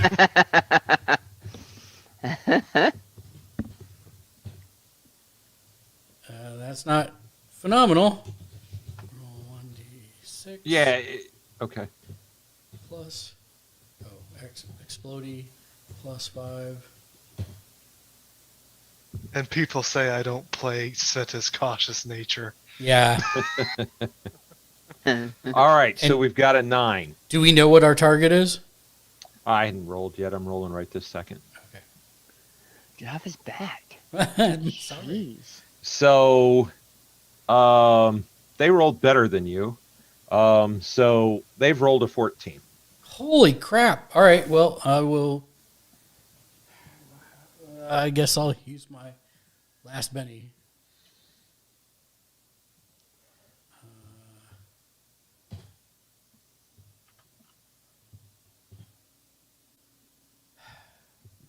Well, I'm out of Bennies. Well, that makes it a 14 even. It does. No, because he's already. No, I'm already. He's adding the 5 in the roll. So he actually has rolled a 4 and a 5, Oh. right? Oh, So okay. I haven't Right. rolled above a 4 on the D10, and that's what the problem is. yeah, he needs to roll either a 9 or a 10. And I can't do. I have no more Bennies to spend. Yeah. Okay. Speta, do you want to Benny me? I can't. I'm just confused because, like, Before when you were rolling, you didn't put the plus 5. I put the plus Yeah. 5. okay. Right. So you rolled a 9 or whatever you rolled. I don't remember. Yeah. And then we added, and plus you had a +7. Yes. But he rolled a 9 with a +5. And No. what did the enemy? I rolled No, a 4 he rolled a with 4 with plus plus 5. Don't look at where it says 4 plus 5 and then Yeah. 9 below it. He rolled a 4. Don't we add the D6 to that? No, No. that's a separate roll. Oh, okay. It's Yep. it's Have just like you- the wild. Have you been adding the D6 to No, that? I don't know. In my head, for some reason, that made sense. Okay, yeah, I'll roll another Benny. Yay, thank you. Come on, higher than a 4. There we go. There you go. There we go. And then I'll roll the D6 just in case. Okay. All right. So it's not a raise, It's not. but it is a success. It is. And so A So what- painful, hard-fought success. it is. So here's what happened is 2 of the enemy hover tanks are actually on the left flank were destroyed before they even got to the shore. One of them on the right flank is destroyed and sinks into the river. The other two tanks managed to get, and one actually pierces through and is making a beeline towards the Hetman 8. no, towards the rocket battery. This the rocket rocket battery over here. This tank is in heavy fighting with the infantry there. All right, Mr. Mark. Actually, you had a success with your stealth. You get on. You've taken control of the ship, and in its return back, you manage to use its weapons and destroy the last blimp on this side. It was a big fight. There is damage in your vessel, but it's still operable and can still fight. And you've moved on, and my goal is to actually fire on the Iron Legion. Okay. So I don't know what you want me to roll for that turn, but it's to first thin the ranks of the Iron Legion, and then maybe help with this tank. Okay. That's this turn. This 2 hours that I'm spending. And if I can, in that period while we're still there, if I can find a parachute, I will find a parachute. Okay.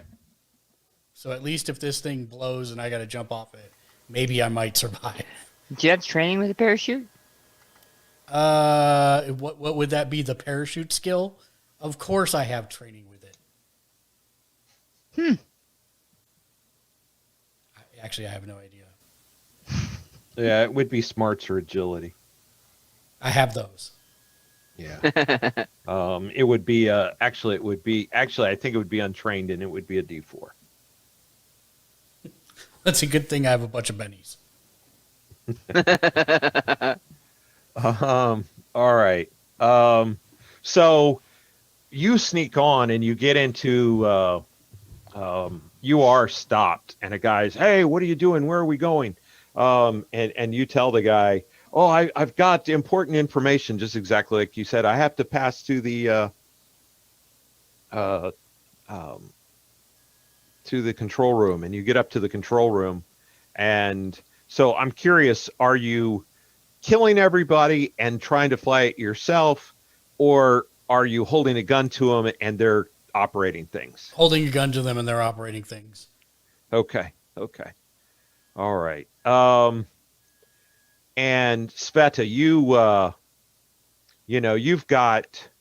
you're in the thick of things. You've got guys around you.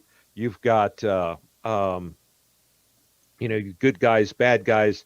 The good guys are kind of leaving you to your own giant swath, as as you're taking out 4 or 5 guys a swing, and but you're able to pretty much turn. You haven't turned the tide, but you're turning the tide, right? Yeah. There's obviously still a battle rolling on, and but you're able to start making an impact on things. Your missiles are you can see some obvious damage on the war machines from the missiles you're shooting, and so you're having a great effect with the missiles, and that's working. The wing riders actually managed to shoot down one of the war machines in the back, and the the troops at the head of the bridge are in a desperate fight. They're pinned between foes coming across the bridge. Fortunately, it's a very narrow, right? The they don't have a lot of fire coming from the bridge because only so many people can stand and shoot. The majority of their combat is coming from behind them, but of course, they're not necessarily in cover for things to defend themselves from the rear. So there we go. So we'll start with Mr. Orist. What are your plans? Now, 4 hours of battle have gone on. And, there's been some fairly significant casualties for both sides. You fortunately have been able to because, everything you did before the battle, and you've also, for the most part, the attacking force is attacking a dug-in enemy, and which is kind of to your favor and has been really helping out. And so obviously there's more casualties on the attacking side, but everywhere you guys are, you can see that the Dnipro forces are taking casualties. And so, Mr. Orist. So, one of the first things I'm going to do during my 2 hours is I will actually ring Archer. And I will quickly tell him that the Iron Host is attacking our forces on the bridge and that they're traitors because the leader is probably still with him or close by.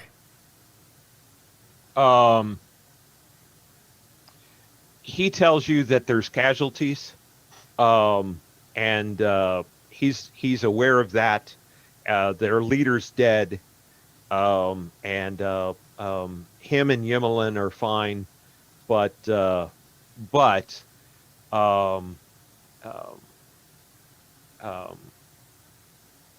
Nicola. Yeah. Well, let me do this.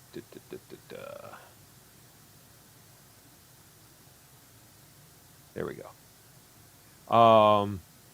Nicola is dead. Igor is dead. Dmitri left to a command center to lead the troops. Petro's wounded. Victor, of course, is still in some kind of detainment as far as he knows. Yuri is wounded, and he tells you that Patriarch Mikhailo is the one that actually landed the killing blow on Victor, on Ivan. I mean Ivan Vanko. Oh, good. And so go Patriarch. And what about Olga? Olga's fine. Okay. Olga is fine. Great. And so I will tell him I'm in one of the blimps. Don't shoot me down. I'm shooting down targets from up here before they catch on to me. And I will say that I'm on the leftmost blimp. All right. He tells you that all of Ivan Vanko's troops with them at the Hetmanate are all dead. Okay. So my goal for this 2 hours is to wound this tank or destroy it. Try and thin out or destroy the attacking Iron Host forces. And if I have time in 2 hours, try and take out that one. Okay. All right. Fair enough. So what are we going to call this? I think this is an intimidation roll, basically. Okay.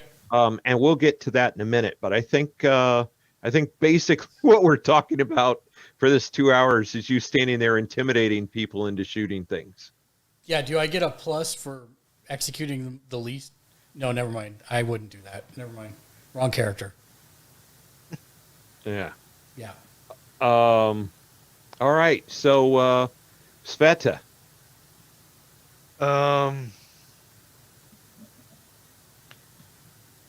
There's still landing forces, and there's tanks there, Yeah. and there's the tank behind you that's heading towards one of the rocket batteries. Yeah. Sveta considers tank going up. squadrons. By the way, it's squadrons. They're everywhere you see a tank symbol, it's 4 tanks. Oh, okay.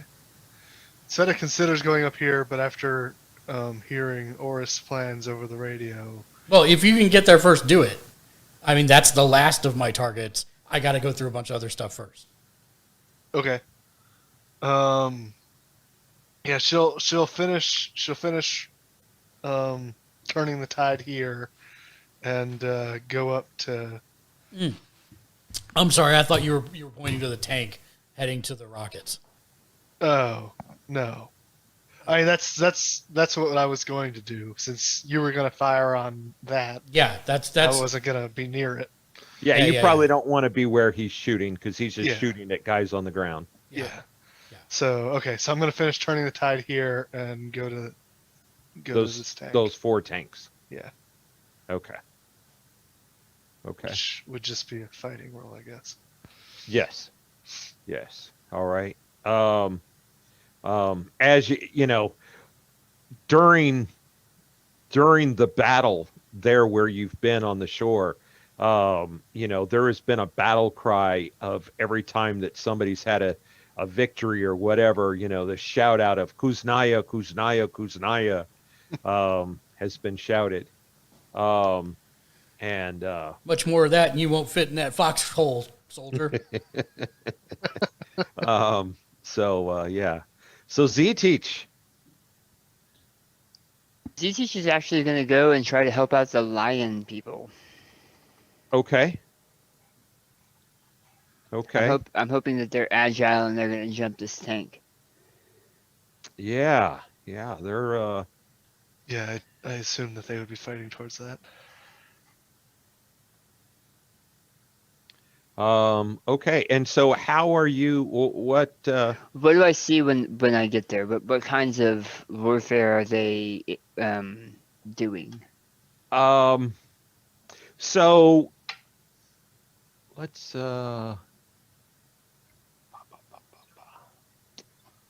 So they have been, because there are. There weren't that many. There's 5 of them. And that's part of my fear, because the Disciples of Destiny don't like DBs. That's absolutely true. So that's part of my fear. And part of why I find them so fascinating, because I've never been around anything like them.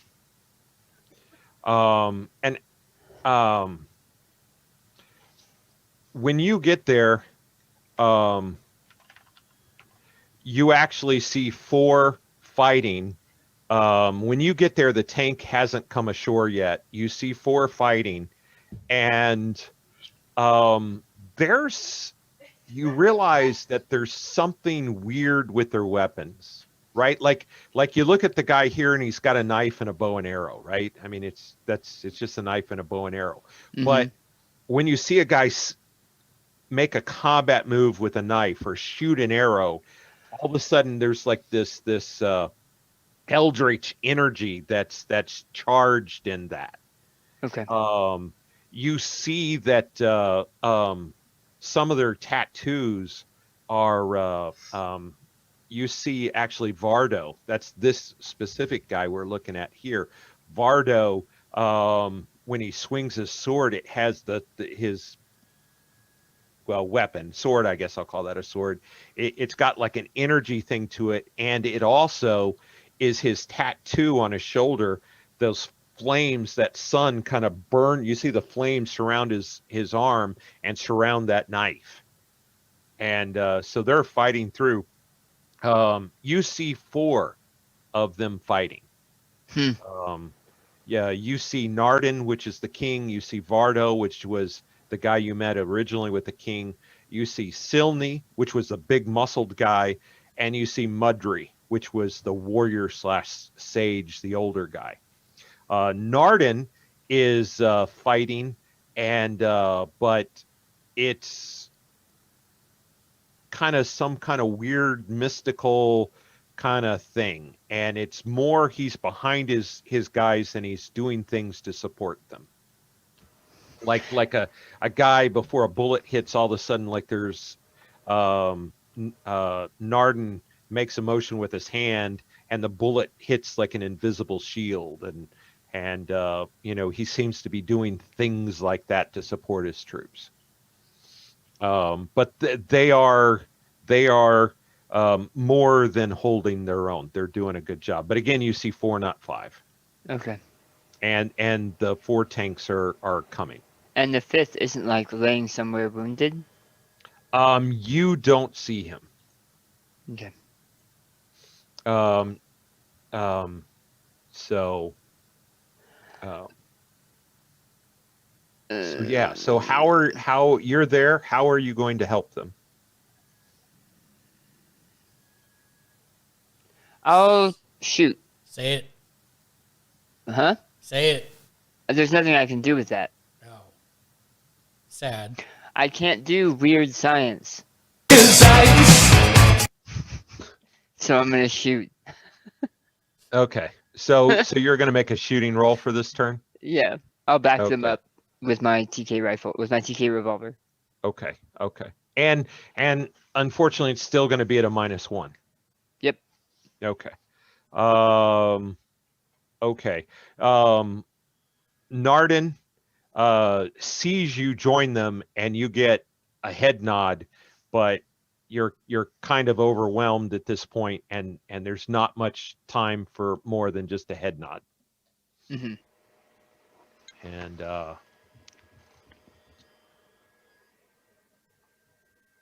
all right. So to recap, Orist is intimidating and attacking tanks, and then Iron Host. Sveta is attacking the tank squadron, and Z-Teach is that's a mega damage weapon, right? No. It is not. Okay. I can Alright. make it a mega damage weapon, but it's not currently a mega damage weapon. Wait. Okay. how Well, do you make your Mm-hmm. roll. Because it specifically says I spend 2 power points, Mark. Oh. Yep. Oh, you just spend 2 power points and yeah, and it becomes a mega damage weapon. okay. And what's the flavor through that? Is it through some kind of thing? It's just a TK revolver. I'm gonna Benny that. Okay. So no fun. Wait, how does it become mega damage? Wow. I think I just killed someone. What? Wow. Sveta, you gotta bet him. I know that's bad news for later, but Because I don't think any of us have rolled a critical failure yet, nope. let alone a 00 critical failure. That's pretty bad. That's much better. Yay! 10. All right. So we've got a raise. Do you want a +2 or do you want a +1 and no fatigue? How far down are we on numbers? You've lost. Well, you've won every round, but you've not had a raise. So even though you've won every round, you've lost 2 tokens. I'll take the +2 in the fatigue. Okay. Thank you, Sveta. Mm-hmm. He's like, don't like it. Don't like it. I fire, it hits the tank, it flies wild and strikes Sveta in the head. And what does that do to?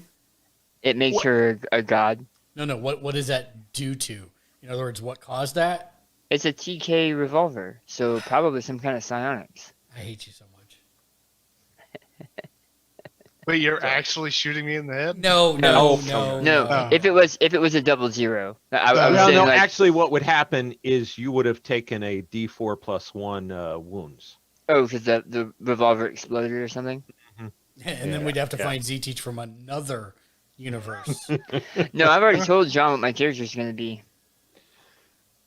Orist from a different universe. Perfect. That's hilarious. He dresses like a creepy clown doll.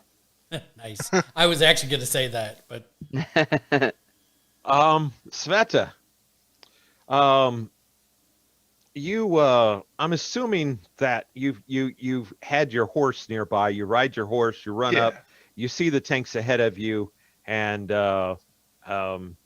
give me a 2-hour description of your battle with the tanks. What are you doing? You're trying to hit spots with your arrows. You're jumping on top, prying the hatches off. You're just smashing them with a hammer. Anything that looks like it can break, I'm smashing it with my hammer. If there are any like vision slits into the tank, Set to smash for 2 hours. For 2 hours. For 2 hours. Okay. All right. So you do that. I'm assuming you dismount, leave the horse kind of someplace somewhat safe. First, use the horse as a weapon. Just pick it up and just whack. So, all right. So give me your fighting roll. Okay, so that's a success. And I have to leave it at that. So yeah. Oh, you were fatigued from last time? Yeah. Oh, that's right. 'Cause it's already subtracted there, I think. Yeah, it is. Okay, so you've got a success. So that's going to be a +1 there for our turn. And Mr. Orist, we need a intimidation roll. This is not good. How about persuasion? In that I tell them I don't want to have to hurt you. But your unprovoked attack is costing thousands of lives. Attack these targets, and I promise that I will not hurt you. Okay. Yeah. Persuasion. Because I don't have intimidation. Well, it's not really your style. Yeah. Yeah. Okay. Yeah, I buy yeah, you've convinced me. All right. It's only a D4. Please, God. Oh, no. I shouldn't have said it. I shouldn't have said it earlier. I shouldn't have said we haven't rolled one yet. The end of my character. I have no bennies. So D4 minus, or D4 what? D4 It's plus 1? D4 plus 1. This could do it. So let me see. Let's read that. D4 plus 1 wounds? Yep. A critical failure means the hero rolls on the battle effects table, but also suffers D4 plus 1 wounds. All right, so let's do the D4 That plus seems, 1 first. Wow. They were not buying it. It should be like D4 minus face. 1 or something. Of course. And that's it. That's it Is for that it? worst. Well, so let's go to wounds.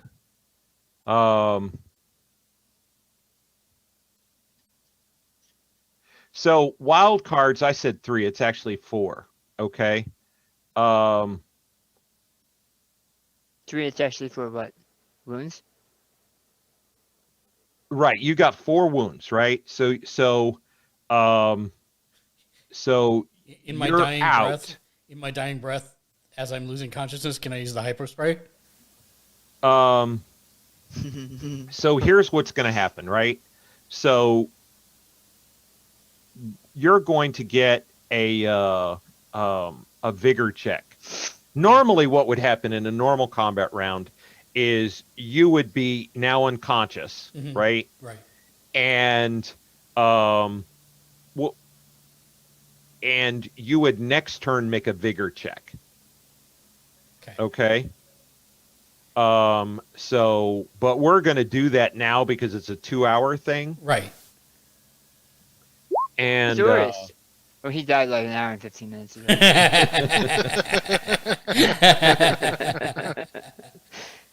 so I got a. Oh, there's your vigor. Yeah, and I got a 10. You have a raise. Yes. So I don't know what that means. So, so you're stabilized, Okay, but I am unconscious. but you're unconscious. So, And any one of the 7 people on the deck can walk over and stab me to death. Well, Why would you're they stab you to unconscious. death? Why wouldn't they just drop you overboard? Don't take the extra energy to stab you.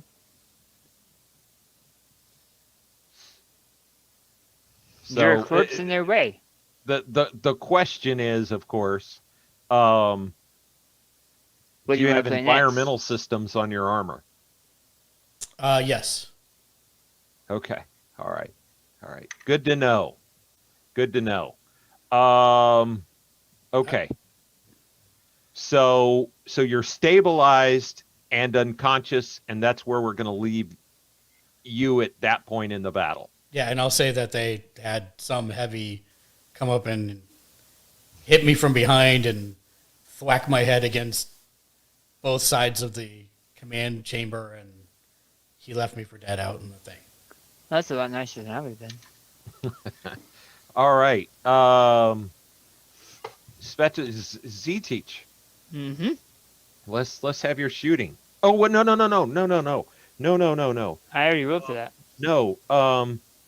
Orist, I need 2d6. 2d6. Oh, right. For the combat effects chart. Yeah, the battle effects. Are they exploding? No. 6. You rolled a 6? I rolled a 6. A Take 6, 5 so- more wounds. Okay. Yep. The warrior's support valor. The warrior's support adds +2 to the commander's battle roll as usual. So you still added a +2. Oh, that's cool. Yeah, that's cool. Just Yeah, that's nice. So you might die, but at least the rest of the army won't. That's Bless right. you. So you were able to. You were conscious long enough to actually have an effect on the battle before you were knocked out. Right. So hopefully they blew up that tank. And maybe the Iron Host. Somehow. Possibly, we will see. Yeah. So now, Mr. Z-Teach, we need to see your shooting. Wait, I thought he already did that. I already did that. That's You already what did. He I got the- critically failed at. No, he got the 10 after. Oh, right. We did. Oh, everybody's rolled. Yeah, I was the Yeah. last one. Have you Have you rolled That's- your fighting, Smeta? Yeah, he rolled a 6. Yeah. A 6, right. Okay. All right. So So now you did the so Z-Teach has actually I'm going to do this. Z-Teach has, I'll put it in the blue box. You have 2 fatigue. What's the 9 in your box there, Sveta? The 9. Yeah, there's a 9 in a blue box. If you click on your figure there, you see there's a red, a green, and a blue box. I don't know what that is. Yeah, I have an Okay. 11. I don't know what it's for either. Okay, Unless well, it's something from some. yeah, earlier that's okay. fight. You have 1 or 2 fatigue, Sveta. Sorry, the sound went out. How many have what? fatigue do you have? 1. Okay. All right. And Orist? I have 0. Yeah, you have no fatigue. Well, I had no fatigue either before that. Yeah. And Oh, God, they pushed me out. I just needed to get to your guy.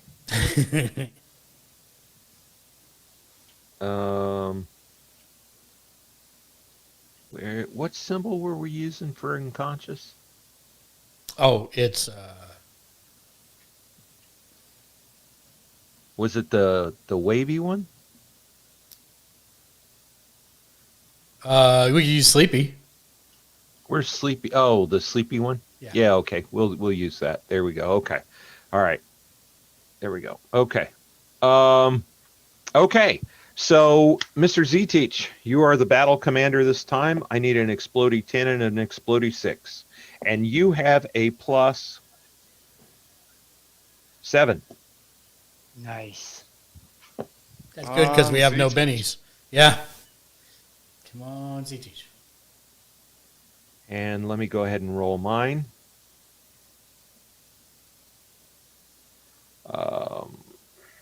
You said +7? Yes. Yes, sir. So I rolled a 14. And so does Z-Teach. It's push. No, whoa, no. he's still got With his. my bonuses, I have a 14. Yeah, same for us. No. Oh, he's already added it. Oh, Yeah. so it is a push. It's a push. Yeah, okay. I'm sorry. You guys keep adding it in, and it confuses me. Okay, so tie, and both sides lose a force token. And we forgot this on Mark's turn, but that's okay. Oh, We will. morale. Yeah, morale. So go ahead and roll a d10 and at -1. D10 -1? Yes, sir. Explodey? Yes, sir.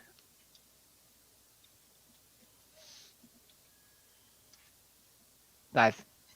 Okay, which is a success, because that's a 4. Oh no, you already added a d10. Yeah. It's a D10 Yeah. minus I 1. rolled a 6. I saw the 6 -1. Yeah, okay. Both sides have a success, a push. You destroy half of the tanks, Sveta. You manage to keep those tanks from advancing further. You hold them there.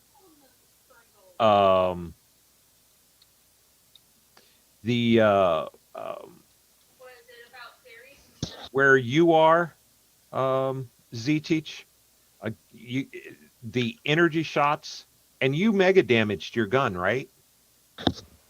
Yeah. Okay, so you've got 2 of them. The last of the troop transport, excuse me, last of the troop transport has been destroyed. And the missiles managed to destroy one of the other war machines. So there's only one. There's one war machine still up and running, although it's taken quite a bit of damage from the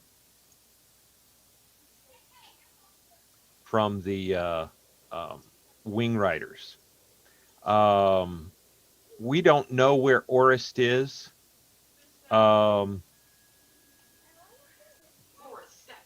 The troop transport. I'm going to put you over there because we don't know where you are. Okay. The troop transport is. It's at that time for me. I'm gonna need like 5 minutes. Okay. Sorry. Okay. I know we're in the middle of I'll stuff. go take care of my business. No problem. We're only going to go about another 20 minutes. So yeah, we'll take a quick 3-minute ad break, and then for Twitch, and we'll be back in 5 minutes. Okay, bye.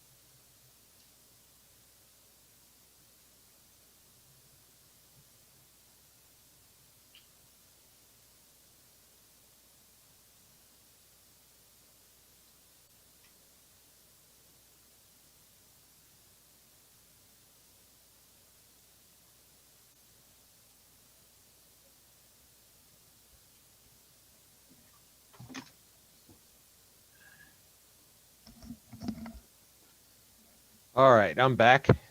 We're waiting on Mark, I see. Mac? Okay. All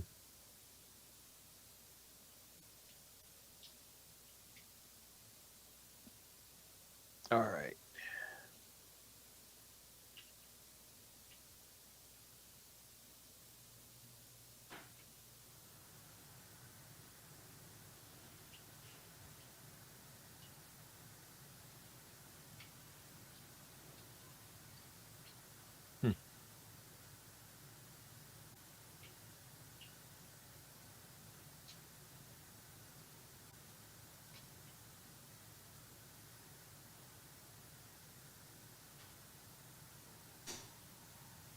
Okay.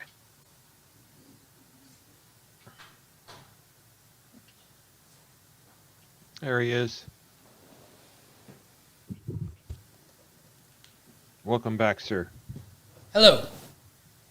All right, so this is what we know. The left flank of the battle, the left flank being everything on the left side of the bridge, seems to be mostly done. There are landed troops that are still fighting, but as far as war machines, landing craft, and tanks, everything on the left side has been destroyed. On the right side, you still have winged flyers. They've lost about half their force. There's one war machine still able to fire.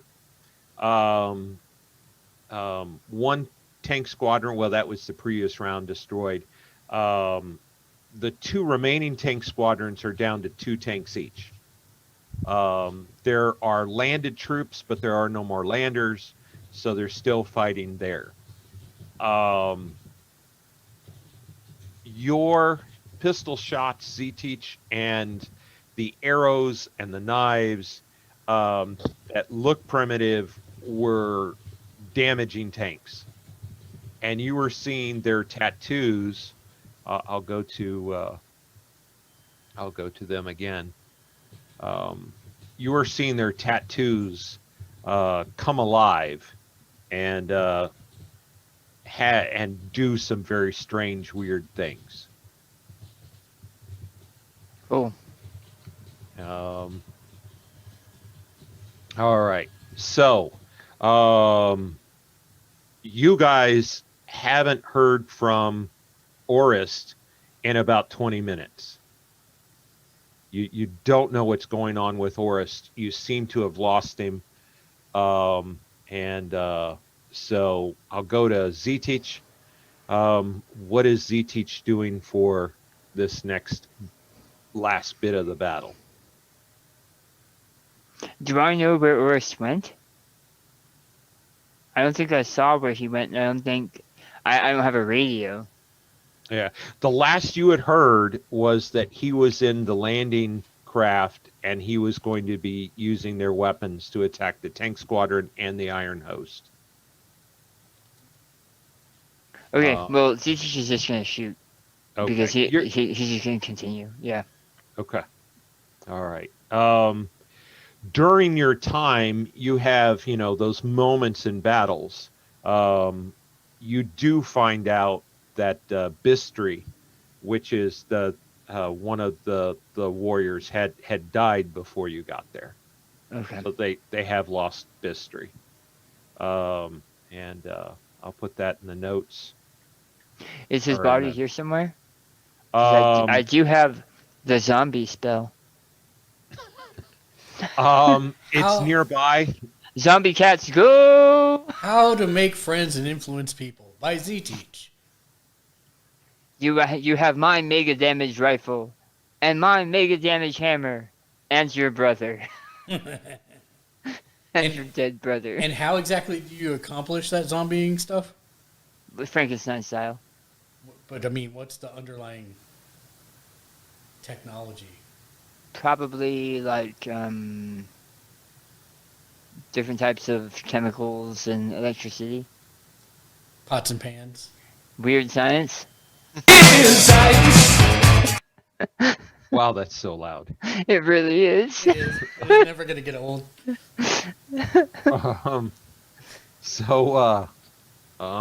Okay. But anyway, for your notes there, Mark, Bistria has died. Thank you. So, yes. You've destroyed 2 of the tanks there, Sveta. The other tanks are circling, fighting with you, and you're not near enough. I mean, you heard Orist on the radio, but you're not near the Iron Host and kind of see. I mean, if you look at the streets and the buildings, there's stuff between you and there, and so you can't see that. Can't see the Iron Host. No, not from on the ground where you currently are. Yeah. Okay. All right. And are you going to continue to smash tanks?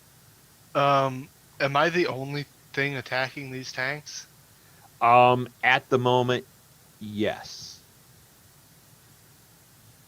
Then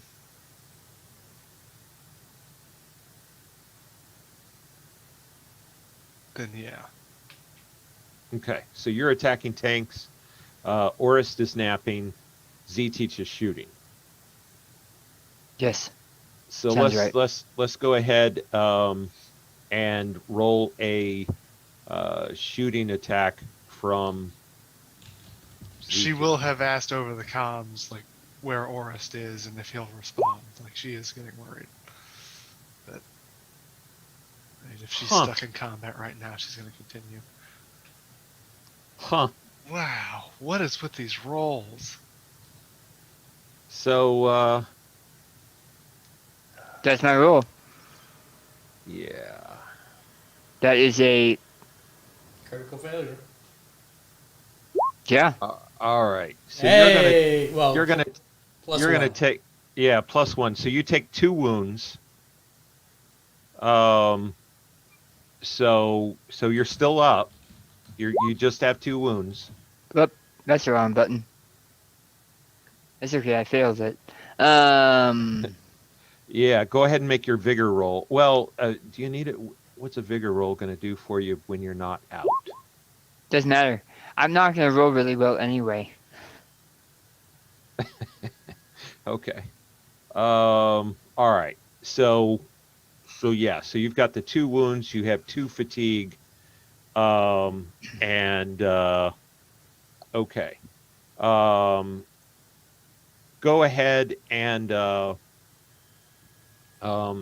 make your Hulk smash roll there, Sveta. Oh, wait. Battlefield roll. Yeah. Ignore that. Do your battle effects. 2d6, Z-Teach. Exploding? No. I know. I was just hoping. Cause that. Inspire. The warrior battles valiantly, inspiring the troops and urging them to fight on despite their injuries. Her side immediately recovers 1 force token. Nice. I like to think I just took damage, and I'm like, "Go, Lionel, go!" And then his dead brother-in-arms, through weird science, jumps up. Oh, you're horrible. No preparation, but I've got you nonetheless. And that's why we got our first token back. 'Cause my inspiration brought him back to life. Are you really zombified? No. Oh, okay. I was saying because we got a force token from my inspiring speech. I was just saying that he's the force token. All right. No, I'm not zombifying him. So go ahead. It wasn't your turn to roll, so go ahead and roll your fighting now, Sveta. So I'm totally going to off track us for a second. I like to actually think of what just happened as a real story of one of my stepdads. He was at Normandy for D-Day, and he said he was on one of the first.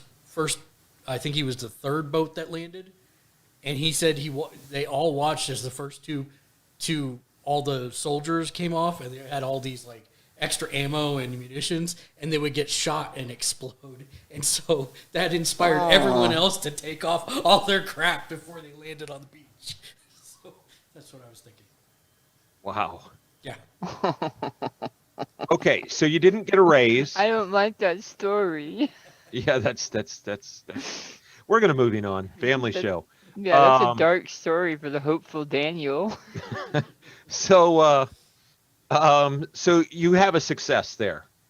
Yes. And so, which means it's going to be a +1, and And you have another fatigue. Now this roll was -2.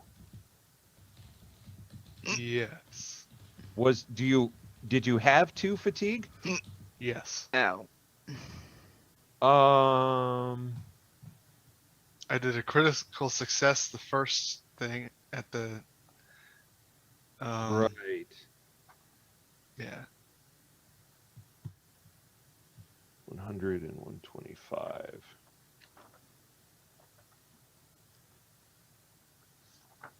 So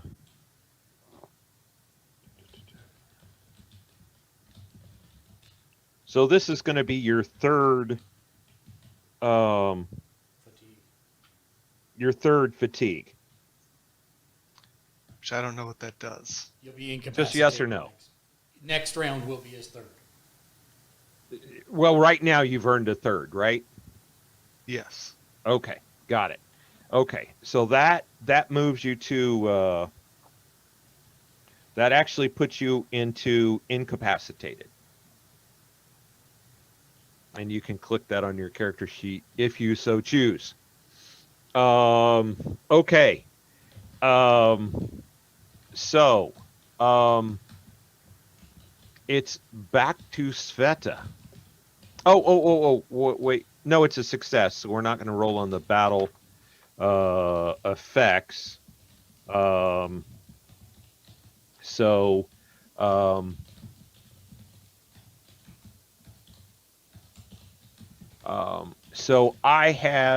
I rolled with my modifiers. I rolled a 7. So you need to roll the explodey D10. Plus Who's rolling? You are. You're the battle commander Okay, this I was turn. trying to figure out where the incapacitated thing is. Oh, don't worry about it. We'll get to that. Just listen. D10. You wanted to go in 3 minutes. So you've Yeah. rolled a D10 and you got 7. So And- this is including my character's fatigue. Oh no, it's not. no. Never mind. You're right. It's not. Okay, so you have a 7 plus 3 this turn, so you have a 10. yeah, but don't forget to roll your die 6 just in case. Yeah, roll your die 6. Yeah. Okay, so we've got a 10. So we don't have a raise. We're gonna lose a force token, So the And brother dies again. but the bad guys lose 2. Right. So you raised him from the dead, Z-Teach, and then he died again. and I will tell you at this point, you guys are down to 4. You started with 7 force tokens against 10. You guys are at 4, and the bad guys are at 3. Nice. So The tides have changed. So they were getting a bonus for having more force tokens. So you're actually going to get a +1 just for having more force tokens. Now we need to roll morale. So go ahead and roll that D10 -1. It is exploding. So 3, Yeah, 3.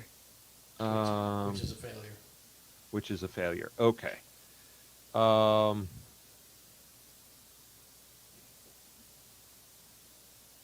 Unless the +1 counts towards that too.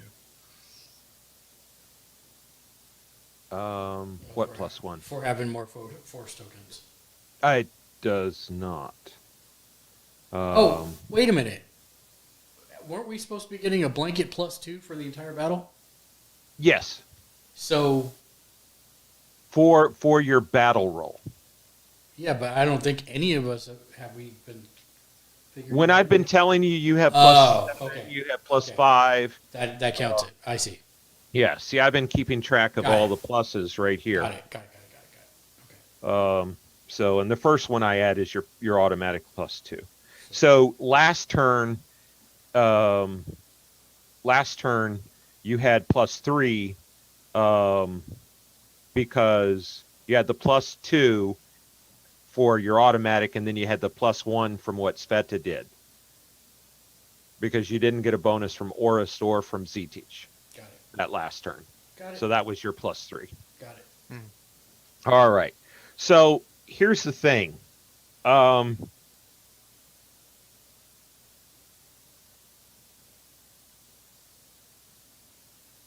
know you wanted to go right now. Can we go maybe another 10 minutes, Chris?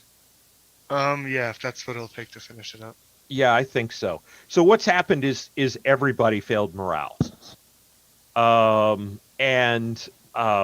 was torn between both forces run, or they both kind of continue to fight. I rolled a random dice, 50-50 chance, and I got that everybody keeps fighting. So we're going to roll into one more battle. Orist continues to sleep. Apologies. And so I'll start with Zetich. What are you up to? I'm going to fly to a place that looks like they have wounded and attempt to heal them. Anywhere in the battlefield, including where you currently are, because it's not only the Lion guys. There's soldiers with you currently there too. Yeah, I don't have a lot of. I'm suffering such a roll right now that I can't succeed with any rolls that matter. Okay. Actually, to be honest, I forgot one thing. So, towards the end of that ship that Orist was in, shot some tanks, shot the Iron Host, and then as it started to come towards land, started to shoot the Dnipro forces. Oh, really? Yes.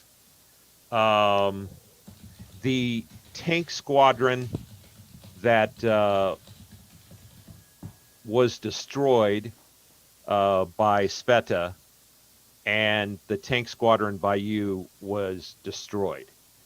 The winged riders destroyed the last war machine, and so all that's left is the Iron Host, one landing craft, and whatever ground forces managed to get on the ground.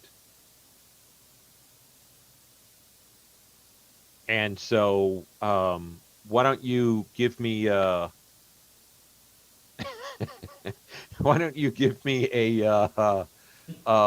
healing roll? Unskilled, right? If I'm at it, or would it be a smarts roll, or? I don't have healing. Yeah, I wanted to do anything other than something that would matter, because I have rolled 2 critical failures in the last hour. Yeah. I have not rolled more of your healing things. Not enough to affect. Well, I guess I could heal myself. You could. Yeah, Totally I'm gonna craft a healing hypo spray. That's what I'll do. Well, why don't you, because again, we need to think for 2 hours, right? So why don't you make a science roll, and you're making healing stuff to heal everybody around you. Okay. Okay? So go ahead and use your science skill for that. Which science skill? Did you see that roll? That's why I haven't been doing this. Why, that's a success. That is a success. Well, that's still a success. Yeah, it heals 1. I needed 2. All right. I think part of the problem is we're not rolling initiative, and so because we're not rolling initiative, there's no chance of us getting some of these tokens, these bennies back. That's 100% true. Yeah. But what did you use to make that Chemicals and stuff. We went over this like 3 times. I like how you waited until John put his headphones back. That was really nice of you. It's really just. Not so loud now. All right, so loud. yeah, so that's what I'm doing. Thank you, John. Okay. All right. So, yeah, Sveta. Nobody's heard from Sveta, although the tanks are destroyed. So you're the battle commander. And by the way, you take another level of fatigue, and you're going to be incapacitated. Because you're already at 2, and you just have a success, so that's another level of fatigue, so you're incapacitated. He teaches? Yes. Oh wait, I mean, he will be on the next turn. Yes. wait. I thought By not adding, I'm not adding to the command rule, so I thought I didn't get a fatigue. Yeah. Oh, you were just healing yourself. Well, I mean, I'm just doing whatever the nun did. Like, I'm just doing something in the that nun doesn't matter example, for the she- command. Okay. All Because right. my Yeah, rolls you're have right. been Okay. so crappy. Okay. I got you. Okay. All right. So no fatigue. You're right. So go ahead and make the battle roll. Now I'll make my battle roll. Who's Just at a Sveta? +2 then? No, it's used. I Again? am at. I rolled Already? a 5.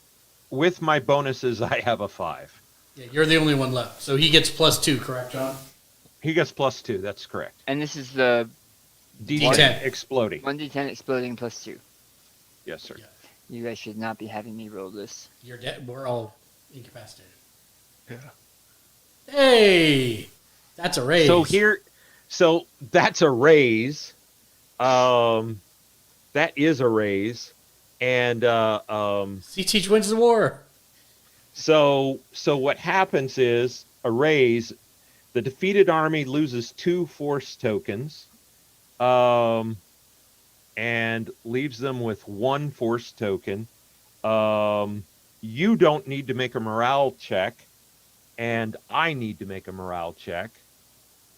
I you roll need a to- 3 Yeah, you need to fail. -2.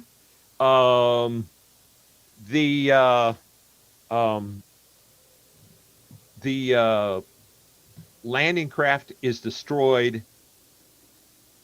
The Iron Host is destroyed and or captured, and all opposing forces are either killed or captured. There's a fair amount of captured people,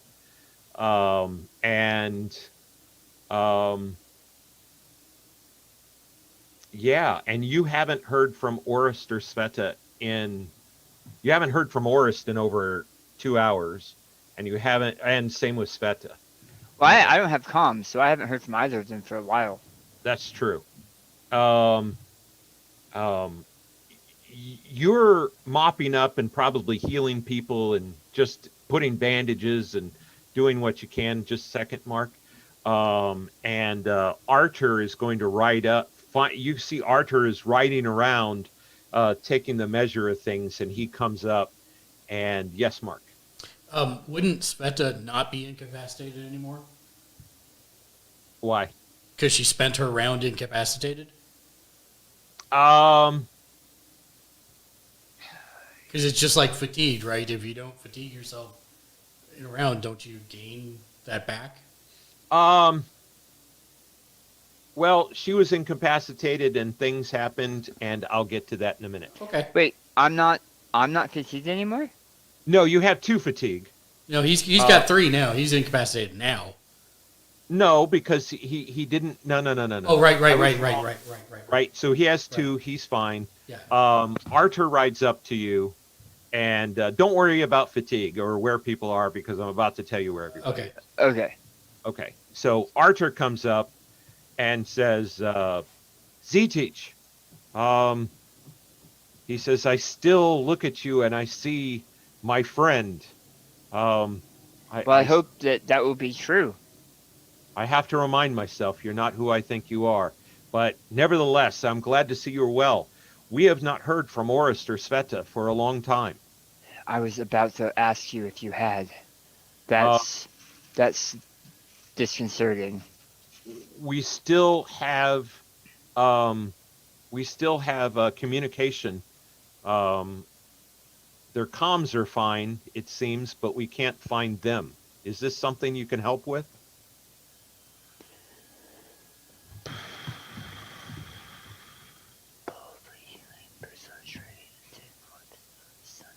Nope.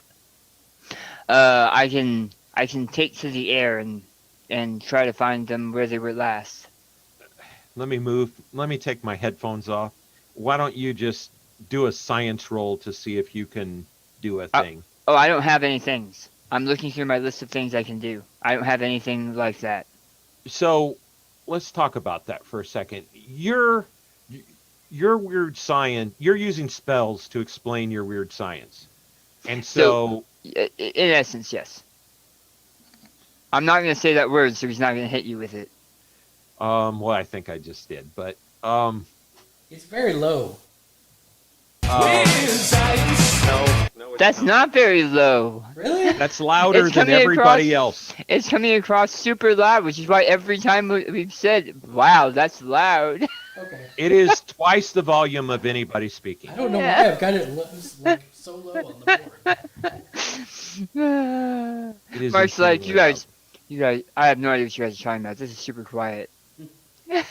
No, It's super quiet to you, Mark. You turned down the volume for you. It's so weird. No. Anyway, you were saying? So, my anticipation with this was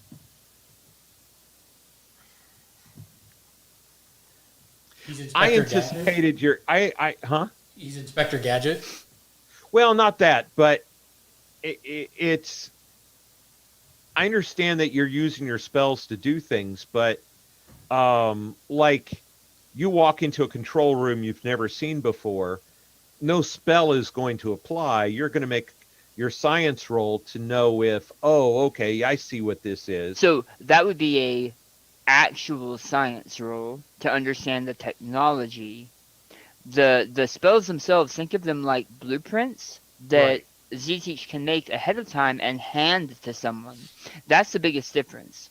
I can So make... in this case, if you know somebody has a communicator, can't you use another communicator to triangulate? I mean, do you need a spell to do that? So technically, you would use like the community. Well, it depends. You're the GM, but that would be a technobabble Star Trek thing, which I am totally all for doing with this character.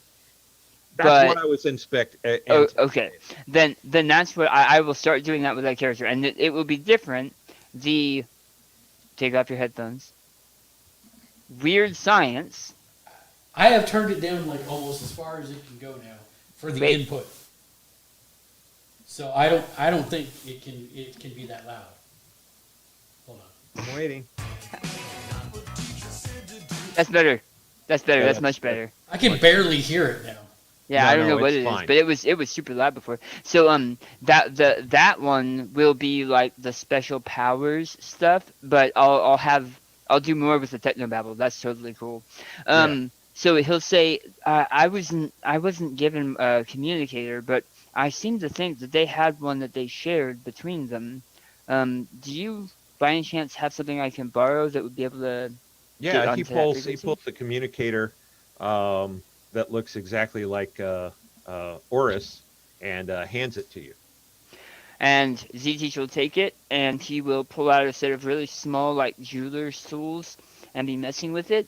And then he'll start turning around in a circle, and he says, I'll make sure I fix it back for you, Archer, but I'm trying to triangulate their position. And he'll turn around as it's pointing to the nearest one. There'll be more static. Sveta's signal is closest. Is Archer on a... he's on a horse? He's in a hover vehicle Okay. with 5 of his men. Is there room for me? Yes. Okay, ZT will grab his stuff. He'll make sure that Only on Archer's lap. the DBs are okay health wise, They are. and he'll hope that he'll look forward to seeing them later, and then he'll jump in the ship and take off, Okay. following to Sveta. And Okay. ZT, use your hypo spray on yourself. Okay. I don't have one. I made one for you and for. I already used the one I made for myself. Oh, okay. Okay. Yeah. All right. Yeah, your fatigue. We're going to consider your fatigue gone. Okay. You find Sveta. You see 3 destroyed hover tanks, and the only person near the tanks, other than the tank crew themselves, is Sveta. And wow. it's obvious that Sveta has destroyed the tanks. The turret of the last tank is missing. The crew inside are dead, and Sveta is laying half in, half out of the tank. Oh wow. Good on you, Sveta. I'm still ZT unconscious, right? Yeah. Yeah. ZT will walk up to Sveta, and he doesn't really have any medical knowledge, but he also notes that her flesh is unyieldy, like it's like she's made of metal herself. So he will open an eye and look and see if there's any response. A little bit. I mean, she's obviously alive. Make a notice roll.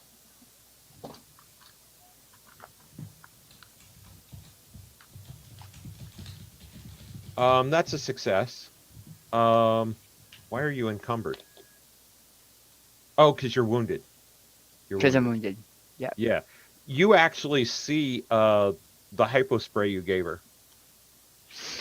I'll grab the hypo spray and I will attempt to place the small needle bit right in the corner of her eye. And I will attempt to spray her in the corner of her eye with the healing potion. So her head jerks, and Sveta groggily comes to. She has a miniature like Hulk going green moment where she's like, and like you hear like the godly like roar for a second, and she's like, and she like gets under control. ZT's just backing up as quickly as possible. So Sveta seems to be Arter looks at you and says, Sveta, are you well?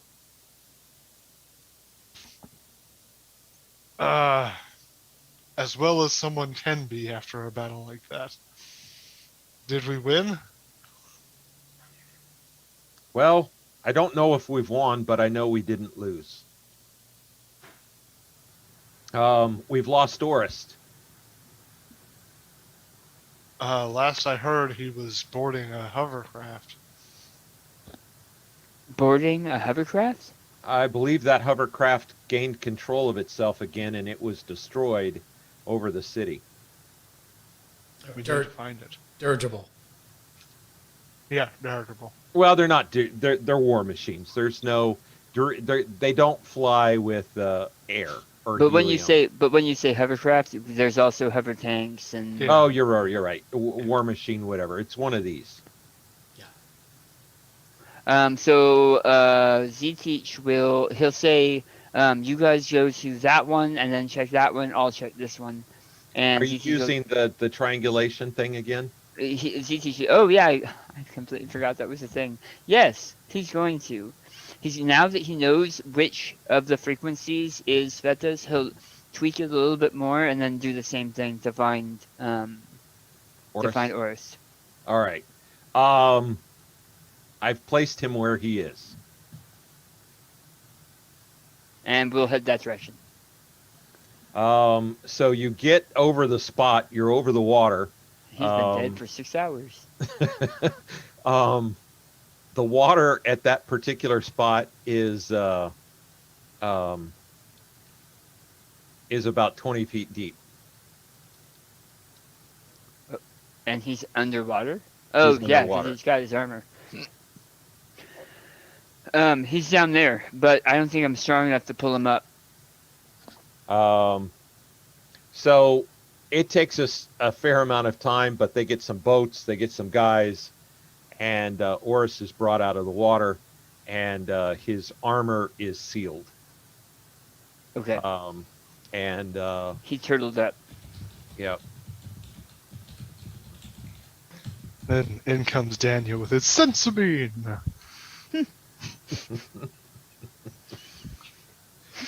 Now that we have his armor, I'll teleport him out of his armor, back out over the ocean.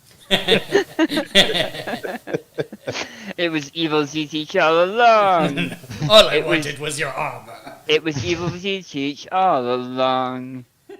So as you're fishing Oris out of the water, Spet is there, Z-Teach is there, Oris is technically there, but you can tell him about this later. The Wing Riders land, and Arthur's also there, and two of them are carrying poles, and they set the poles in the ground, and an image appears between the two poles. And it is a woman, and she says, I believe we have won this battle. I am glad that we could be joined in victory against these evil forces. I am Romanov. I knew it. I would like to speak to your leader. And Arthur says, I am the leader here. I am the Hetman. And she says, fantastic. I'm glad that we've been able to start our relationship this way. I need you immediately to join my forces. I do not intend to allow a rogue nation to sit on my borders. You will surrender. You will join my forces. And Arthur looks at her and says, freedom for Ukraine. We will not submit to any leader. And she smiles and she says, well, we will be in touch. Better than I expected. Arthur looks at the two men and says, you've helped us here. We'll allow you to leave in peace, but you should leave now. They grab the poles, they get on their wing riders, and they leave. So I'll leave this to Chris.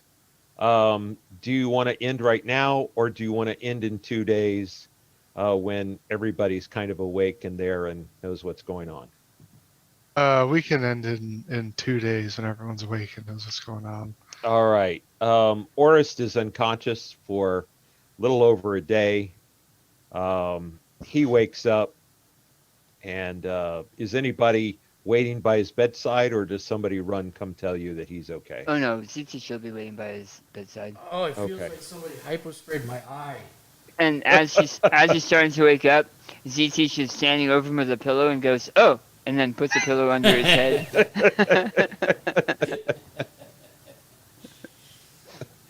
But yeah. I think that's probably it, right? Yeah. Yeah. Okay. Yemelin comes immediately after you wake up and thanks you for everything you did. He tells you that the host fought valiantly and that there were battles around the Hetmanate, and because the host responded and because of the forces of Dnipro and Arthur's forces, they were able to turn the tide and at the end be able to join the battle at large. So, all I have for record keeping is deaths of people that you may have made notes of. Do you want that? Do you want to go, Chris? Since I'm just going to tell him. Yeah, I'm gonna run. But All right. Good night, Chris. Night, Chris. Hey, thanks for playing that, man. thanks, guys. I had a lot of fun. Same here. Okay. See ya. So From Archer's forces, the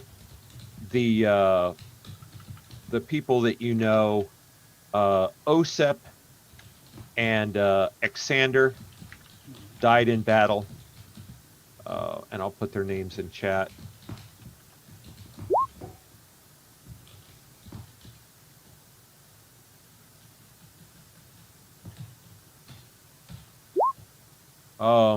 From the Lion, I already mentioned it, but since we're counting now, I'll go ahead. Yeah. Bistry was one. Yeah, he's died. You have the leaders that died. Oh no, it was Igor. It's Nicola. Okay, Nicola. Hold on one second. And Nicola. Igor. Were killed by Ivan Vanko and his men and the actual headquarters. Petro was wounded, as was Uri.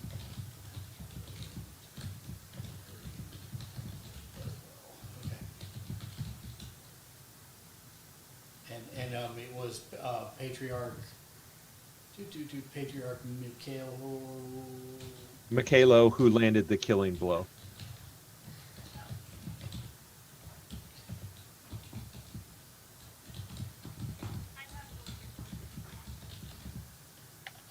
What was his name? I'm sorry. Patriarch Mikhailo. No, the other guy that he killed. Oh, Ivan Vanko. Ivan Vanko. Thank you. This guy. Yeah, perfect. Thank you. Yep. And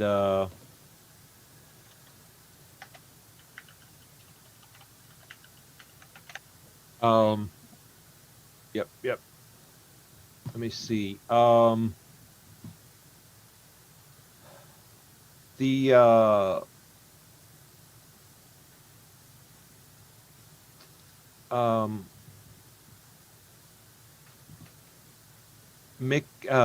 Dimitri's assistant, which was Michaela, was wounded.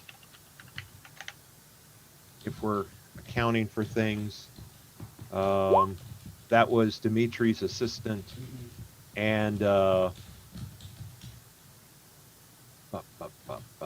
that's from the actual names of folks. But Dimitri made it out okay?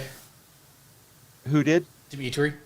Yes, he's fine. Yeah, unwounded. Okay. Yeah. Okay. So, yes, that's all the dead people. Let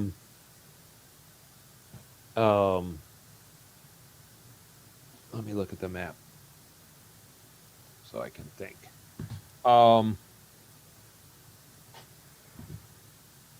Archer comes in and he tells you what the story about speaking to Romanov, and just shakes his head.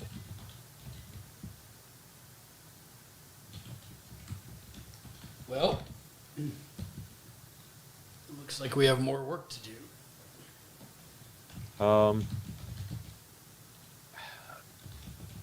She is not the monster that Orloff was. So far as we know. So far as we know, she considers herself, she does wonderful things for her subjects. However, Ukrainians are second-class citizens, but they aren't treated like Orloff treated them. But I believe if we leave her to continue to threaten us, she'll be the Black Widow that stings us all. Ha. I agree with you. I agree with you. So we need to have a council of war, and he says, I think we will take some time, recover, and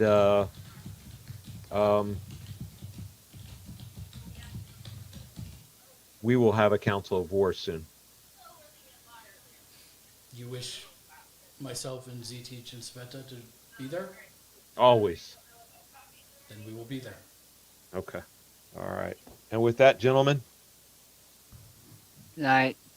Thank you for running. It was great. Thank you for running. And thank you for watching. As always, if you'd like to support...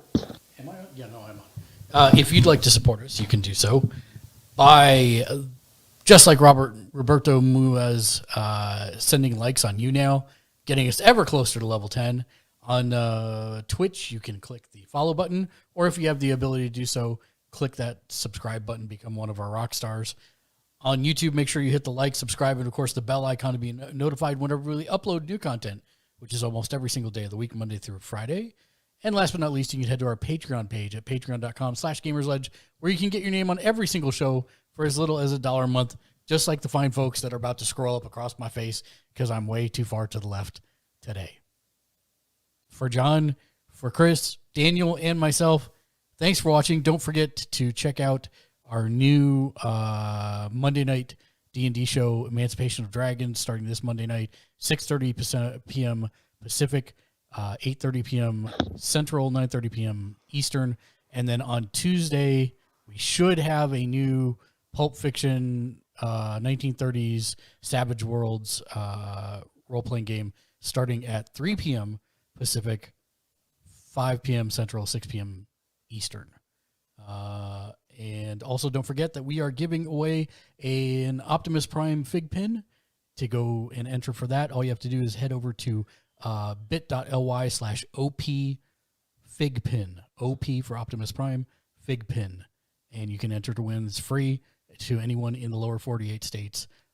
Thanks for watching. Until next time, join us tomorrow for Fun with Friends Friday. We'll be doing No Man's Sky. And until then, game on. Game on.